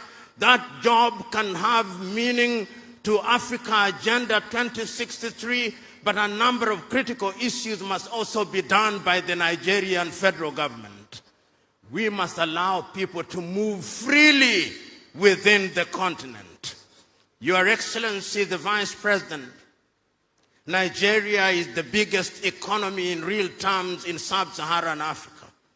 I look forward to the day when, if I'm an investor in Delta, I want to invest in the blue economy, I want to invest in any area, I can take my plane from Addis Ababa in Ethiopia and arrive here in Asaba without a landing and exit card. I look forward to that day. I look forward to the day when there will be no visa for an African coming to this country. Because when you are big, the expectations from you are big. When we talk about Europe now, it is possible to move from Bratislava in Slovakia to Lisbon in Portugal using one currency. But here I move from Nigeria, then there is the cedi. Then I move from there, then there is the dollar. We cannot run an economy where we are so fragmented. And God has placed you, because I'm told you are a godly man, in a unique position. You are entitled to celebrate what is happening here in Delta. But it must be a contagious positive thing. You must contaminate Anambra that they do the same thing. You must contaminate other neighbors, and ultimately you must contaminate the federal government. And it is proper that you invited His Excellency the Vice President, so that this message will go to Abuja, and that your example will be used as an example that will be replicated across the Federal Republic of Nigeria and ultimately across the continent of Africa. You know, Your Excellency, as I said at the beginning, when the keynote speaker has spoken, wisdom only demands one thing, that I conclude. And this is how I conclude. I conclude by congratulating the government of Delta. I congratulate the government of Delta by recognizing that they have strengths. But I'm urging you going forward, ask yourself, how are you using your young population who are graduating from the universities? What skills are they receiving? I'm asking, how are you using your academics from the universities? What is the budget that you have set apart for research and development so that your academics are not only individuals who preside over graduation ceremonies, but they are producing thoughts and they are engaged in research which is informing agriculture, which is informing energy, which is informing all the critical areas. And as my good friend Tony Elumelu said, you can talk development all you want, but if you don't have energy, you are going nowhere. You are going nowhere, because how are you going to compete with the Chinese? Let me give you an example, then I sit down. Nigeria generates no more than 5,000 megawatts of electricity. You lose a bit of it in distribution. China generates 3 million megawatts of electricity, which means that the seats we are sitting on, even if you wanted to produce them here in the Delta, people would still buy them from China because they are cheaper. I'm therefore suggesting that energy should be one of the critical areas in which you focus. And we now know that gas can be used in that area. We now know that diesel can be used in that area. And this is a good journey. And as one of your fellow Nigerians once said, and this is not gender insensitive, that a chick that will grow into a cock is seen on the day that it hatches. Even a hen that will grow into a chick that will grow into a hen is seen on the day it hatches. Delta looks good. Make it good. Allow it to remain good. Think beyond yourself in the knowledge that you are not successful until your successor succeeds. God bless.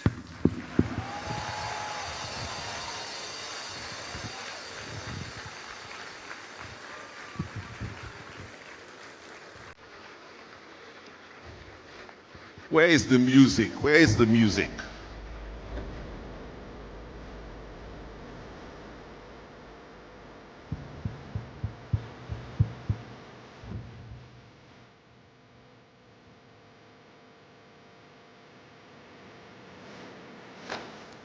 Okay.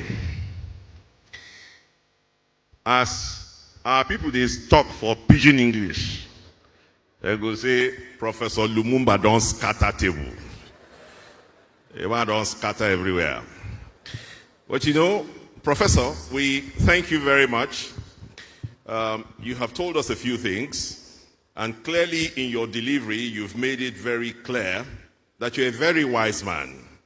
Because even as you spoke about all of the African countries that you'd like to see in Delta. You cleverly avoided South Africa. I don't know why. I don't know why, but we shall take you up on that after now. Yeah? And you have come here to preach the gospel of contamination. You look at our handsome, active governor, you call him a parasite. He should go and contaminate Anambra, the solutions governor. In fact, before he gets to Governor Soludo, he has to cross the vice president and corrupt him or the other, or contaminate him. But anyway, your message is clear. You have asked our governor to keep Delta good, keep it moving forward. But I'll say, paraphrasing from the keynote speaker's address, that all you're saying is, I think our governor has to consider a new campaign, which is Blue Delta, in support of the blue marine that we're trying to push forward. And I know that our governor, the young elder, Sheriff Oborewori, Justice of the Peace, before long, you will see that he will launch the Blue Delta initiative. And Delta will become the undisputable food basket, not only of the Niger Delta, but for all of Africa. That $1 billion deficit in importation of fish alone, this governor is hungry and ready to take on that $1 billion. In anticipation of the good that the governor will do, we ask you to encourage him with a hearty applause. Let me quickly salute those who would support our governor by saying that we have here Mr. Frank Okafor, my own brother, Senior Project Manager, Green and Digital Economy of the European Union Delegation to Nigeria and the ECOWAS. He's representing the European Union Ambassador, Mr. Gauthier Mignon, to this summit. Mr. Frank Okafor, we welcome you heartily. Thank you very much for being here. There's a whole array of banks here. I think they'll be more comfortable. I see Madam Adora looking at me. Yes, I will come to you. GMD Zenith Bank Dame Adora Omeoji, you're here. Thank you very much for being here. Mr. Pastor Ima Efe Emefienim is MD, GMD Premium Trust. MD Tantita High Chief Kesting Pondi is here. GMD UBA Oliver Alauba is here. We also have Uju Ifejika, MD Britannia U. And so many others here. We also have the President and Chief Executive Officer, Transcorp PLC, Owen Omogiafo, OON. Ladies and gentlemen, the time has come for us to invite the Vice President. But before we do that, let me remind us, because once the Vice President speaks and the anthem goes, we'll be proceeding to inspect the exhibition booths, so there might be no time to do this. Oh, sorry. Yes, sorry, error. I've been told that the governor of Anambra will speak now before His Excellency, the Vice President. My error. But just before that, for tomorrow, please note that there will be 5 sessions, so you can quickly determine which of the sessions you want to participate in: agriculture, agribusiness and livestock, the blue economy and transport infrastructure, solid minerals and mining, digital economy, energy, ecosystem, power, oil and gas. And that's your lineup for tomorrow. We'll be starting here in this hall at 9:25 a.m. Please come early, because we will not wait for you. And so the man who was an accomplished governor of the Central Bank of Nigeria, who is now the solutions provider for Anambra State, who's ready to partner with Delta because development has to be partnership defined, Governor Charles Soludo, to the microphone. You're welcome. Please, a round of applause for His Excellency the Governor.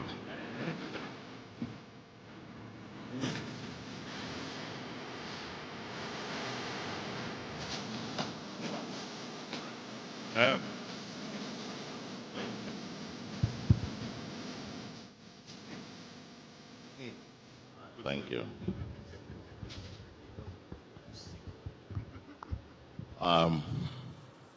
It's quite a shock, Your Excellency. I thought this was going to be one free lunch I'm going to have.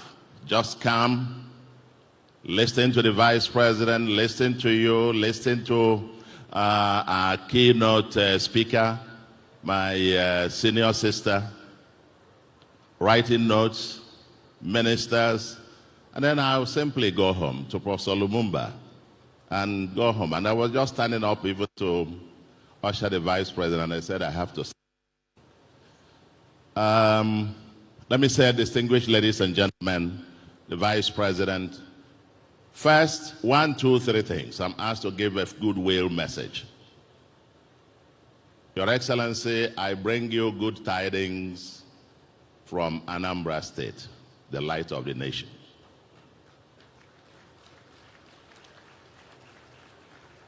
I'm sorry I came in about 15 minutes late because I was stuck in traffic at Onitsha. Today is a Monday. And to have a traffic at Onitsha on a Monday, the Monday sit at home is over.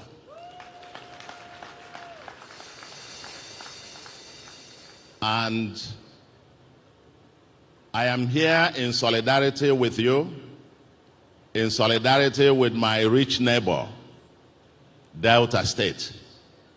You are the governor, a friend in whom I am well pleased. Any day, anytime. I had to move my executive council meeting today. We'll move it probably tomorrow or next. But this is very important, and I am very, very delighted to be here. I've listened to all the speeches. I'm not supposed to be saying anything. Like I said, I wasn't prepared to say a word. But just 2 quick footnotes to what I have heard. Number 1 is listening to the Honorable Minister of Finance and listening to our keynote speaker. One key message that was given is that from a macroeconomic standpoint, Nigeria has stabilized and on the rise. And that leads me to a point that you made, Mr. Governor. You and I are on the same page. I haven't borrowed a dime since I became governor. But I will hesitate to make the other one that you added, which is that you will never. Because if you look at what you just said, I mean the title of this conference, Unlocking the Opportunities. Nigeria has a paradox, which this macroeconomic stability that has been achieved is something to celebrate, because we have to realize where we are coming from.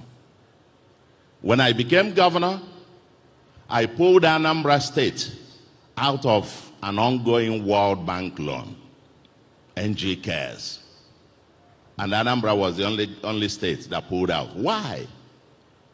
Because the macro fundamentals, the foreign exchange, the exchange rate distortions were such that I told the World Bank that even at 0 interest, it was still the most expensive fund in the world, given what I knew was going to be inevitable, an exchange rate realignment much later.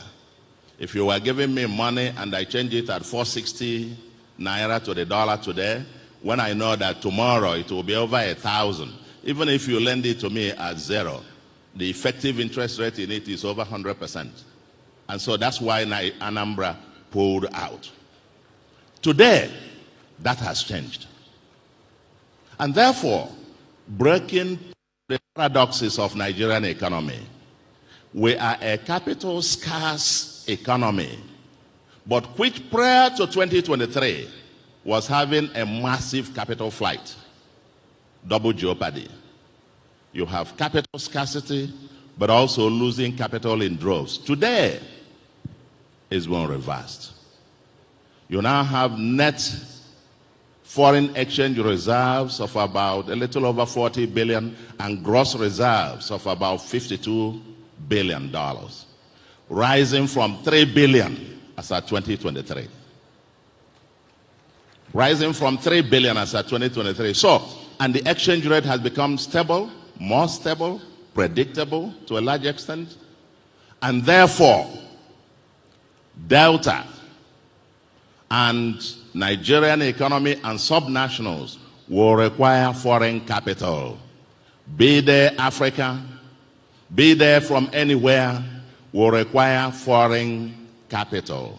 And the environment, the macroeconomic environment, is more conducive to there.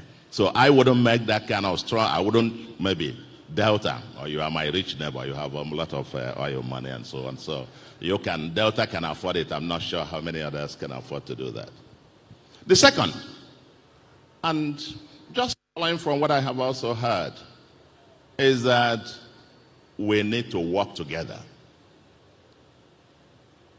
Delta is one of the 36 subnational states, plus FCT, plus the federal government, that's 38 governments, excluding the 774 local governments.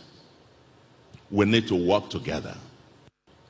Delta alone will try, but together, harnessing the neighborhoods. And I suggest that Delta and Anambra are literally like the relationship with the completion of the second Niger bridge. It's like twin cities. You now have us here, between New York and New Jersey, for example. We must now, as two states, cascade our relationship beyond our personal friendships to now working group. Because I can say, in a whole lot of areas where Anambra could also piggyback on what is going on in Delta, and where Delta could piggyback on what is going on here. You have an economic free trade thing. We are building a new commercial industrial city powered by an aerotropolis. We have quite a lot in common, and we better synergize. And just on that, I'm happy it's been said by the chairman of this forum, this summit, that this is not just going to be another talk shop. I like what is going to follow after the vice president's speech, and that is the area of networking, deals. So that it's not just another, we talk and talk. I have had 2 investment summits, but those deals are the real thing. And at the end of the day, let's keep it simple. Let's make investment a habit and not an event. Let it go from being just an event we gather once in a while. And I'll give you one practical example. A missing area that I'm sure the president, working with the governors under the National Economic Council, with the leadership of our able vice president, will have to work, probably post-election, on a national consolidated Marshall Plan that will then drill down the macroeconomic changes down to now improving the other opportunities of employment, poverty reduction, getting it down, drilling it down to the ordinary person. But let me leave you with one thought. We cannot create the kind of jobs that we want with all of us patronizing foreign or imported goods. I look in this room and I see the suits from Europe, from America, from China. I see all, and that's Prof P.L.O Lumumba. I agree with you. We've got to make it Africa. I can speak here on this issue that you raised till evening. But take one thing. I admire what my sister is wearing.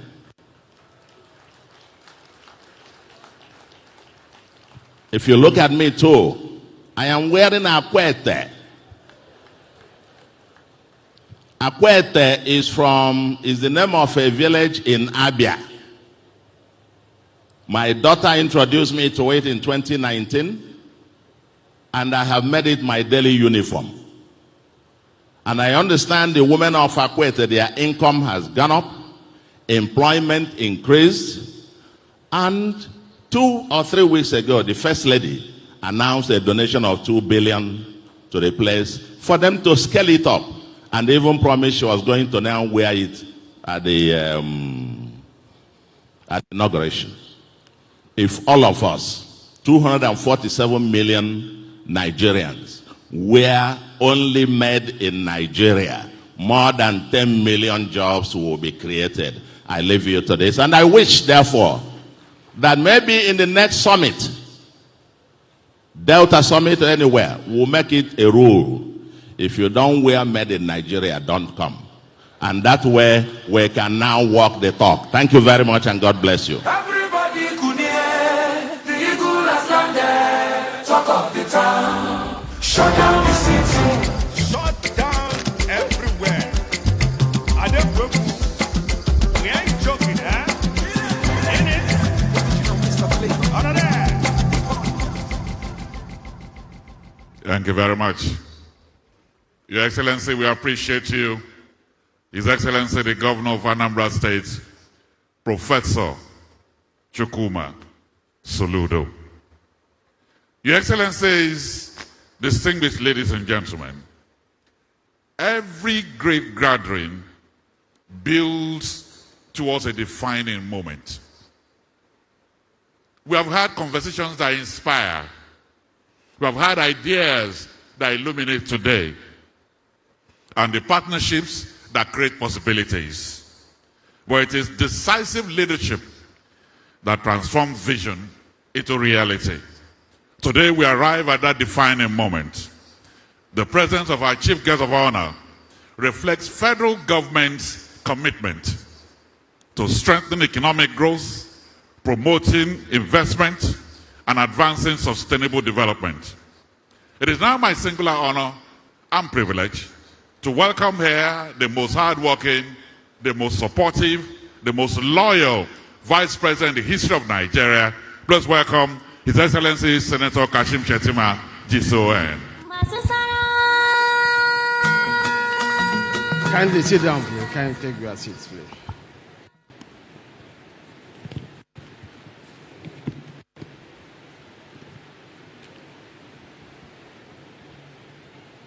The chief host, my brother, the governor of Delta State, His Excellency, Right Honorable Elder Sheriff Francis Oborewori. Your Excellency, I'm very proud of you. I'm proud of your humility, and most importantly, your commitment to a greater Delta. You are a good man. You have internalized the Christian faith. You are not just an elder. You are a real man of God. He has always been a gadfly, always moving against the direction of the wind. But Professor Charles Chukwuma Soludo Sebar is a man that I respect highly, fundamentally because the truth that says men free, as H.S. Aga said, is most often the truth that men prepare not to hear. But Professor Soludo has the tendency of going against the direction of the wind.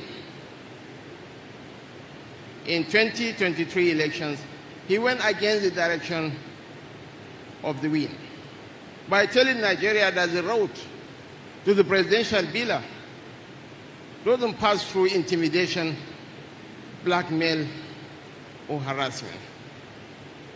The route to the presidential villa leads through building grassroots support, inclusivity, and broad-mindedness. Professor Soludo, you have done a lot of things for the federal government, especially in informing Nigerians where we are coming from reserves of $3 billion. When we were experiencing capital plight and capital scarcity, now we are experiencing capital inflows, so that our foreign reserves has gone up to over $52 billion and counting in a turbulent world, mind you. I think the president deserves commendation and not condemnation. I remember time back when it used to be unheard of for the girl child to be highly schooled. But take a good look at this great woman seated here with us. Is there anyone here who is not proud of her exploits globally? Dr. Ngozi Okonjo, we are proud of you. We cherish and adore you. Thank you for all you do and contribute to the world. Above all, thank you for representing Nigeria with not just your intellectual brand, but indeed also your dress sense. The famous Okonjo-Iweala headgear needs to be patented around the world. Thank you, ma'am.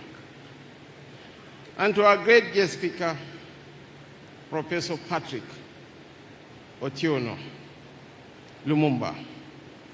You are not a Kenyan, you are an African, a great African.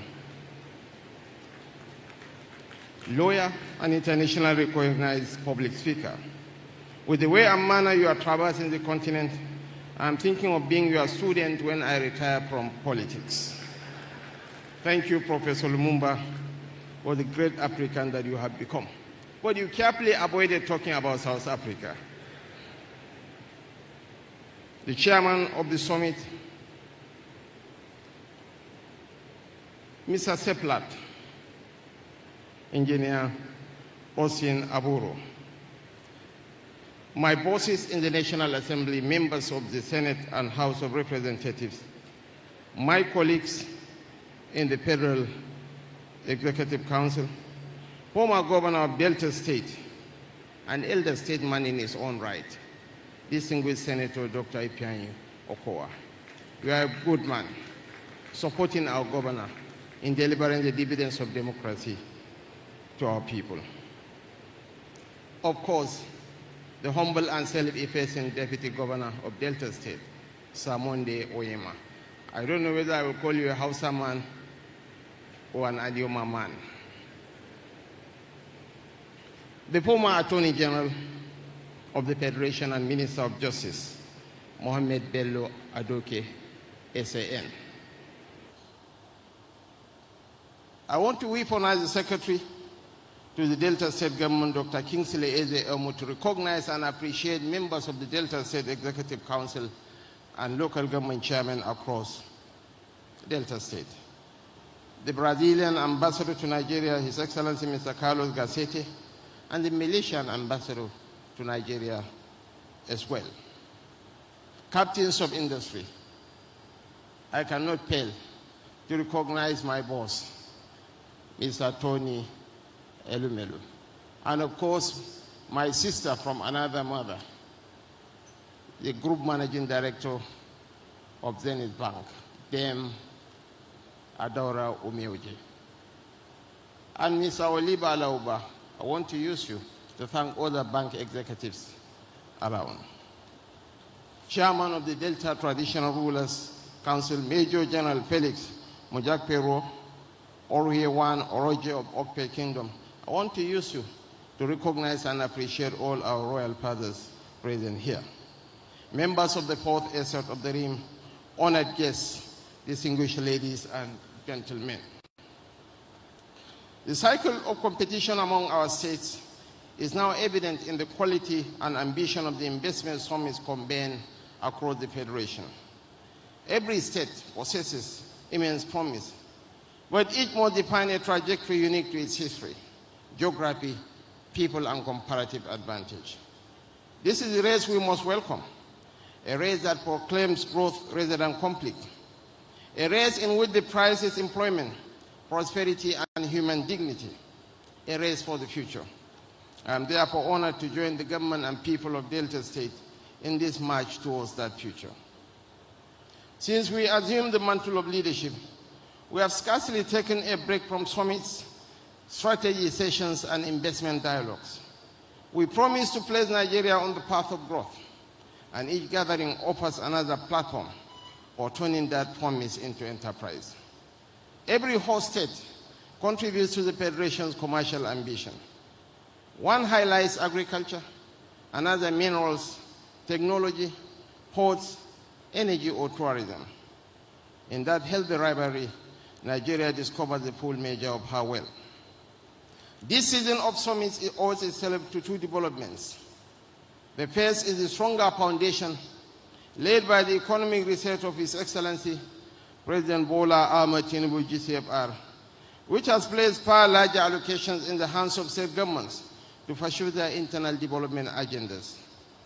The second is that no state wishes to be trapped in the dilemma of having money but not knowing how to spend it. For rescuing us from that dilemma, I believe Mr. President deserves a round of applause. Your Excellencies, distinguished ladies and gentlemen, the judgments of the international ratings agencies confirm the direction of travel. Fitch upgraded Nigeria to B in April 2025 and affirmed it in April 2026, citing foreign exchange reform, monetary discipline, and the end of deficit financing, amongst others. In May 2026, S&P also raised Nigeria to B, its first upgrade in 14 years, following a sustained reform, stronger oil output, and expanded domestic refining. Moody's had earlier lifted Nigeria from CAA1 to B3 as the external balance, fiscal position, and foreign exchange framework improved. These are proof that Nigeria is regaining credibility, and the best time to invest is before the opportunity becomes expensive. Delta State enters this moment with an advantage. That advantage is larger than its oil wealth. It resides in the conviction behind this gathering that the future of a people cannot be deposited in a single commodity. Diversification is an instinct of economic self-preservation and a measure of the quality of leadership. A government that prepares for life beyond oil understands that resources may finance progress, but only ideas, institutions, and enterprise can sustain it. Consider what this state holds. Delta sits on one of the longest coastlines in our federation, with the ports of Warri, Koko, Burutu, and Sapele, and creeks and rivers that make the blue economy something Deltans can touch. It holds gas in abundance, 80 trillion meters, along with power generation at Okpaya and Ueli, refining assets at Warri, and an economic zone built to turn these environments into factories rather than statistics. Beyond hydrocarbons, Delta is a farming country. Oil palm, cassava, rubber, plantain and aquaculture thrive across its 25 councils, and its fisheries fulfill markets far beyond our borders. Beneath its soil lies silica, sand, kaolin, limestone, and of course, coal, the raw material for glass, cement, and construction. Above all, the Delta person is educated and enterprising. A state so endowed already qualifies as an investment destination of the first order, and what remains is for the world to be told. This is the purpose of this grand occasion. The call to harness our strengths and unlock our potentials is a timely awakening, because potential has no economic value unless it is organized, financed, and put to work. Natural wealth buried beneath the soil cannot employ a young person. A coastline without productive infrastructure cannot move trade. Talent without opportunity becomes frustration. The task before us is to convert what Delta possesses into what its people can feel in their own homes, their communities, and their hopes. There is no doubt that His Excellency Governor Sheriff Francis Oborewori is devoted to leading Delta into a new era of productive expansion. The design of this summit reflects the seriousness of that purpose.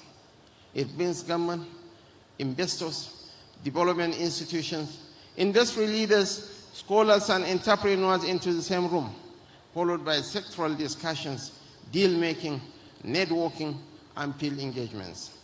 The message is practical. Delta 6 commitments that survive the applause and projects that outlive the conference. I thank His Excellency, Governor Oborowori, for this bold leap towards a greater Delta and for creating a platform that matches the ambition of his people. To our investors, entrepreneurs, financiers, captains of industry, innovators, development partners, the diplomatic community and friends of Nigeria, you are welcome to Delta State. The federal government stands ready to support credible investments, strengthen enabling institutions, and work with the state to remove obstacles to enterprise. We are co-travelers on the road from promise to production, from allocation to transformation, and from potential to prosperity.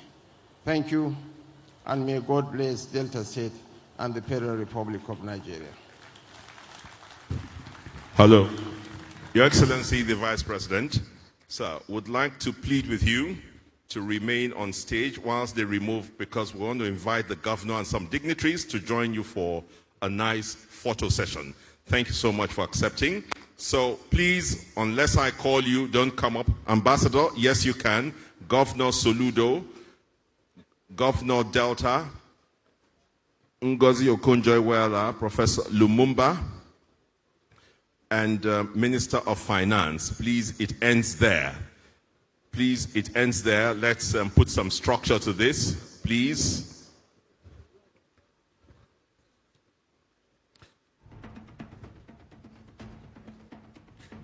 Organize it, organize it. Let them know where to stand. This.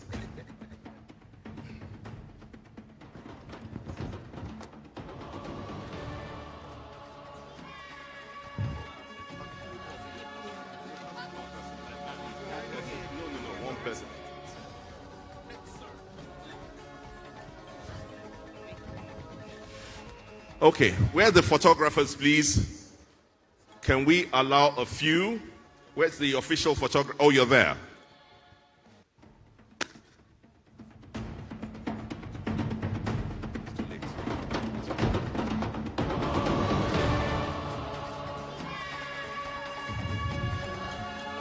Take your pictures. Get everybody to smile. It's a happy day. Delta is moving forward. And are you okay? You're fine? Okay. So now we take the national anthem with you remaining, and after that we'll go on to inspect the exhibition booths. The national anthem. Nigeria,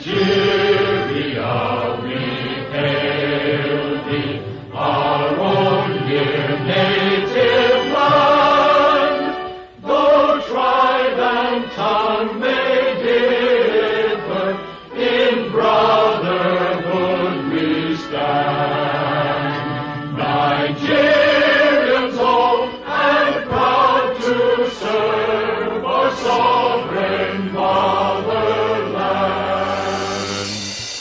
Thank you very much. Please note, yes, whilst all of those with VIP tags would have lunch served in the canopy outside here, the rest of us should sit down and be ready to receive your food packs. Please, let's keep this in good order. Okay, so we can sit and wait to receive our food packs, and we thank you all for being here. We salute our royal fathers. We salute the Asaba of Asaba and all of the other royal fathers here for their presence at this summit. Thank you all very much.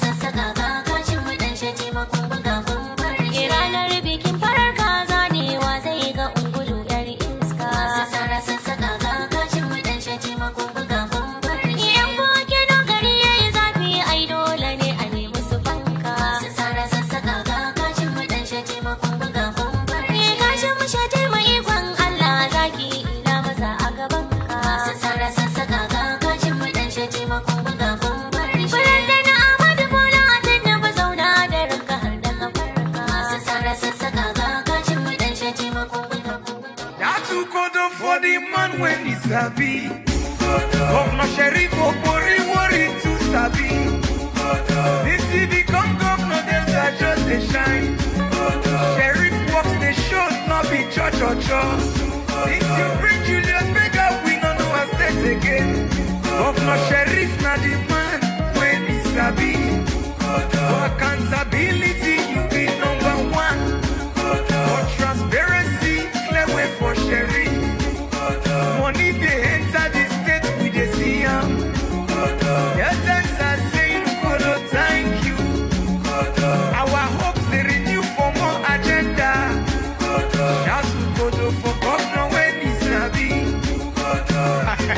Sheriff they walk on the church or church. We ask God for better governor, he give us Sheriff. Delta Central, North and South, Sheriff and right in there. That's why Deltas are saying, Kodo is better. Shout to Kodo for the man when he Sabi. Governor Sheriff Opori worry to Sabi. Since he become governor, Delta just a shine. Sheriff walks the show, not be church or church. Since you bring Julius Bega, we don't know our state again. Governor Sheriff na the man when he Sabi. For accountability, you be number one. For transparency, clear way for Sheriff. Money they enter the state, we they see him. Your thanks are saying, Kodo, thank you.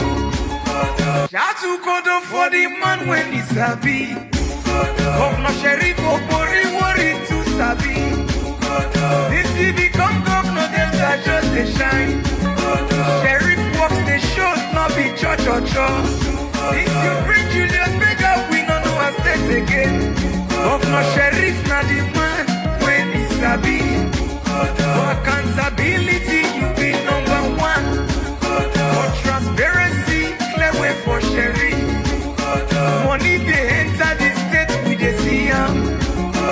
Your thanks are saying, Kodo, thank you. Our hopes they renew for more agenda. Shout to Kodo for governor when he Sabi. Sheriff they walk on the church or church. We ask God for better governor, he give us Sheriff.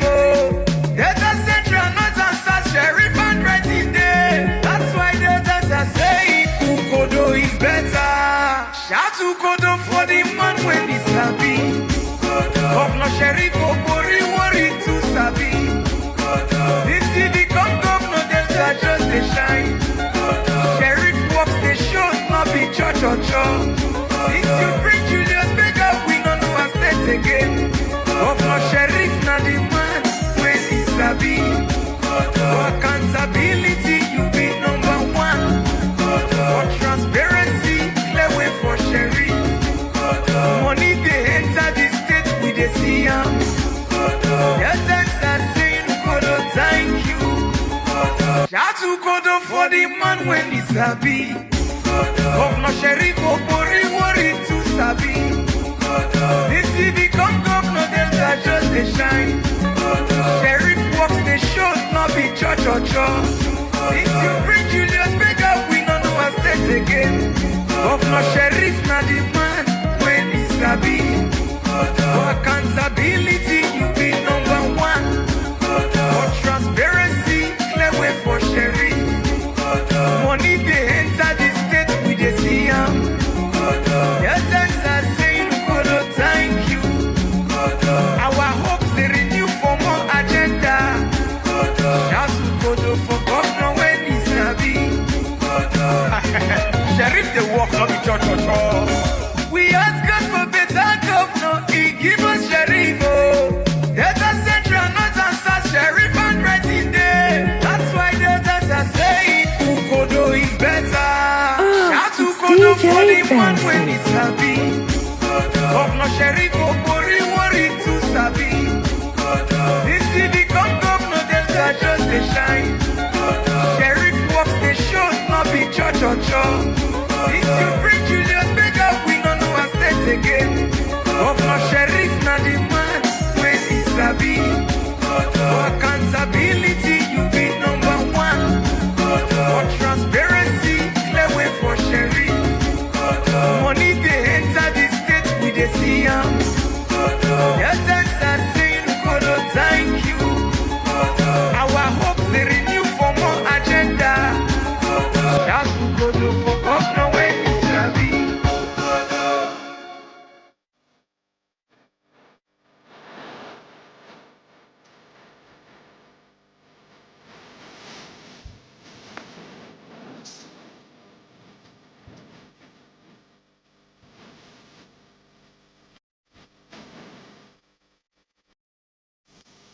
DJ Fancy.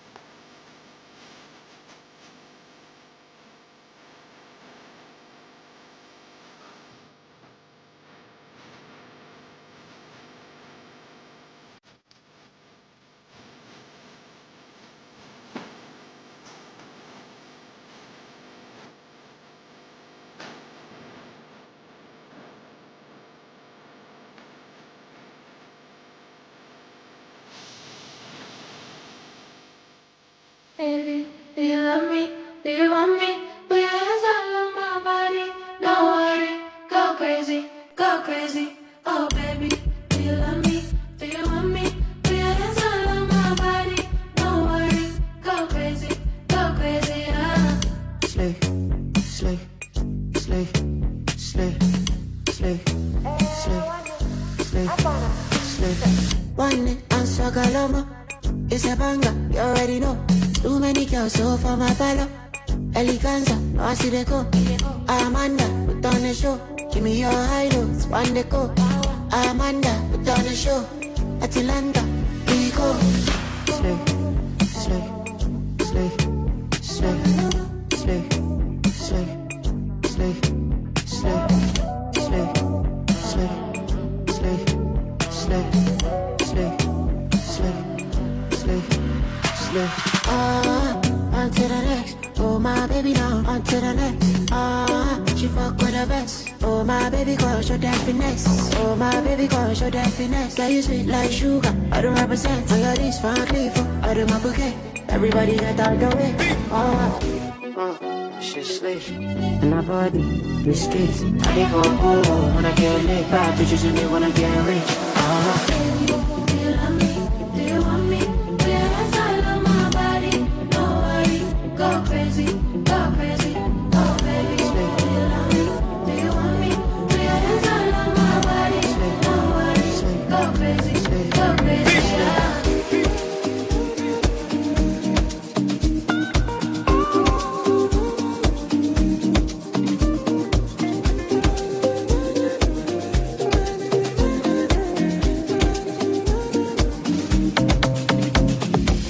I know they move that way. Don't make me move that way. Me, I know one sleep for highway. Before you cross, guys, look at your sideways. Me, I know come look us for child's play. So I say, them define me. For the long time, I've been silent.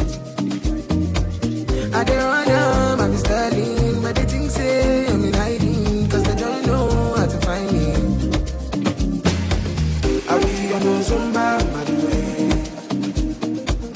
I'll be on no Zumba, by the way. I'll be on no Zumba, by the way. I'll be on no Zumba, by the way. I'll be on no Zumba, by the way. Come into your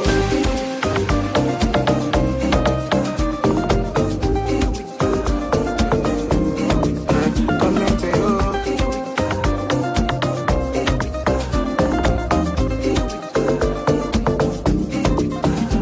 Well, if you say you be giant for your pockets. If you only fight for your pockets, for your pockets. October 2020, something happened with the government. That is what we forget for where? For Zumba, by the way. And I tell ya, I know they move that way. I know they move that way. Don't make me move that way. No, I'm not built that way. Before I cross guys, look at my sideways. Now I know come niggas for child's play. In the meantime, I be coming. How you want time, make you tell me. If you need speed, I be spelling. I go right behind the steering. I go run out, keep sharing. I'll be on Zumba, by the way. I'll be on Zumba, by the way. I'll be on Zumba, by the way. I'll be on Zumba, by the way. I'll be on Zumba, by the way. I don't feel like you waiting my eye, don't see you for gone. So many good way man don't do, but not bad them go talk. Even Jesus Christ, the Lord, them nail am for cross. You know, you please everybody. I'm a woman, brand new label. Passonara, don't give me your don't give me your I'm out of your call out. Till Basso, woman, jump out. Don't take me personal. Oh, what you put on Panina.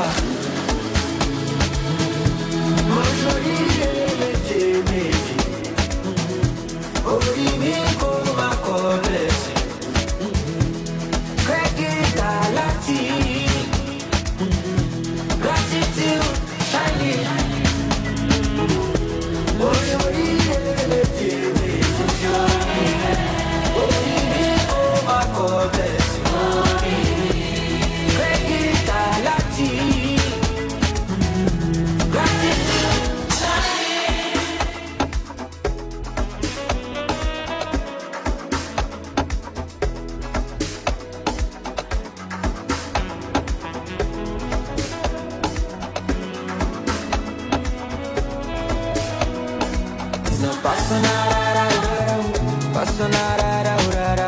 no give me your, no give me your, Mara ye kala, silvaso, oh my japa, don't take me personal, oh what you put on vanilla.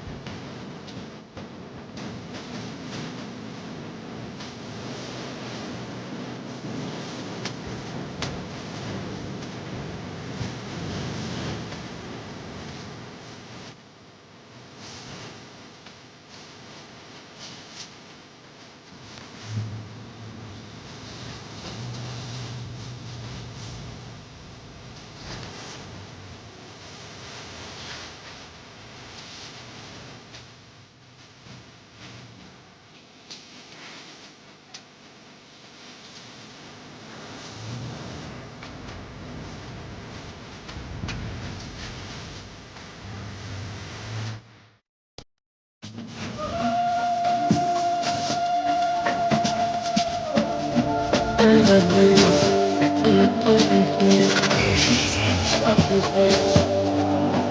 my stuff, don't take it back on her. Don't me fast for life. It's what they say about you go bad a lot. Give me a ring dollar. All down, ring come on. For one day, no one know. I need to ride the little by one long. So decide you know the phone. The plan to go. Only God fear about me. All I need is prayer for my daddy and mommy. Dollar start to the money. Me I go make time and struggle for money. It be like God is the only. He don't prepare me for anything that's coming. He tell me make I know the world. Comes to keep it dry anytime it's coming.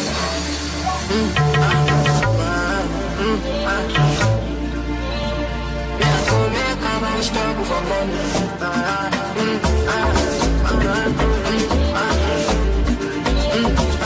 Keep it dry anytime it's coming.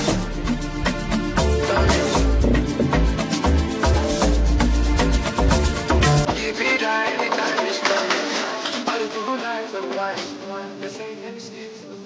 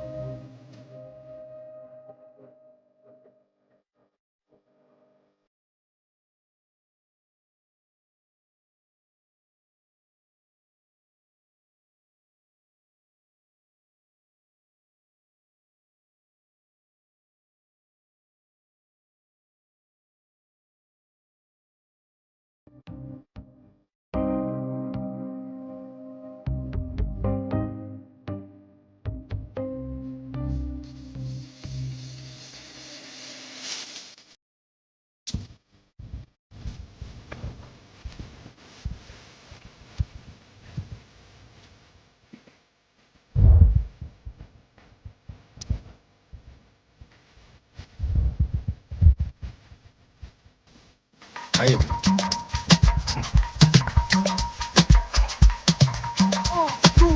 When I go, girl, I no go return. And in one night, girl, look it up. Relationship be like job. And I no get to see you at all. And you know about though, I'm a thumb. I'm a walk with she low thumb. But the lamb and I turn by turn. You have to wait till you reach your turn again. My head they run, my brain they touch.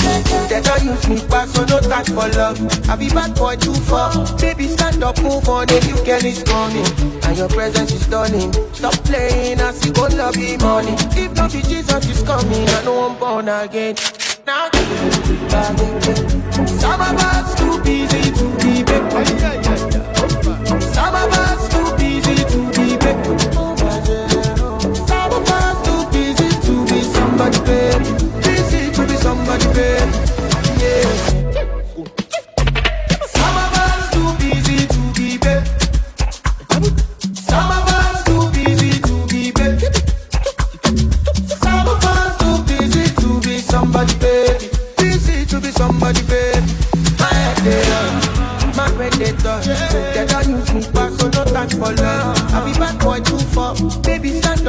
on a new girl is coming. And your presence is stunning. Stop playing as if all of the money. If not the Jesus is coming, I won't born again. I know they like Gen Z, let them too like to come body. Now just say them a think sweet. My body for nobody, sure. I don't like to the foreplay, if I foreplay, I no go take. And I don't like to the romance, cause romance is the key to the romance. My head they run, my brain they touch. They don't use me back, so no time for love. I be bad boy too far, baby stand up, move on, the new girl is coming. And your presence is stunning. Stop playing, I see all love be money. If not be Jesus is coming, I know I'm born again. Some of us too busy to be. Some of us too busy to be. Some of us too busy to be somebody, babe. Busy to be somebody, babe. Yeah.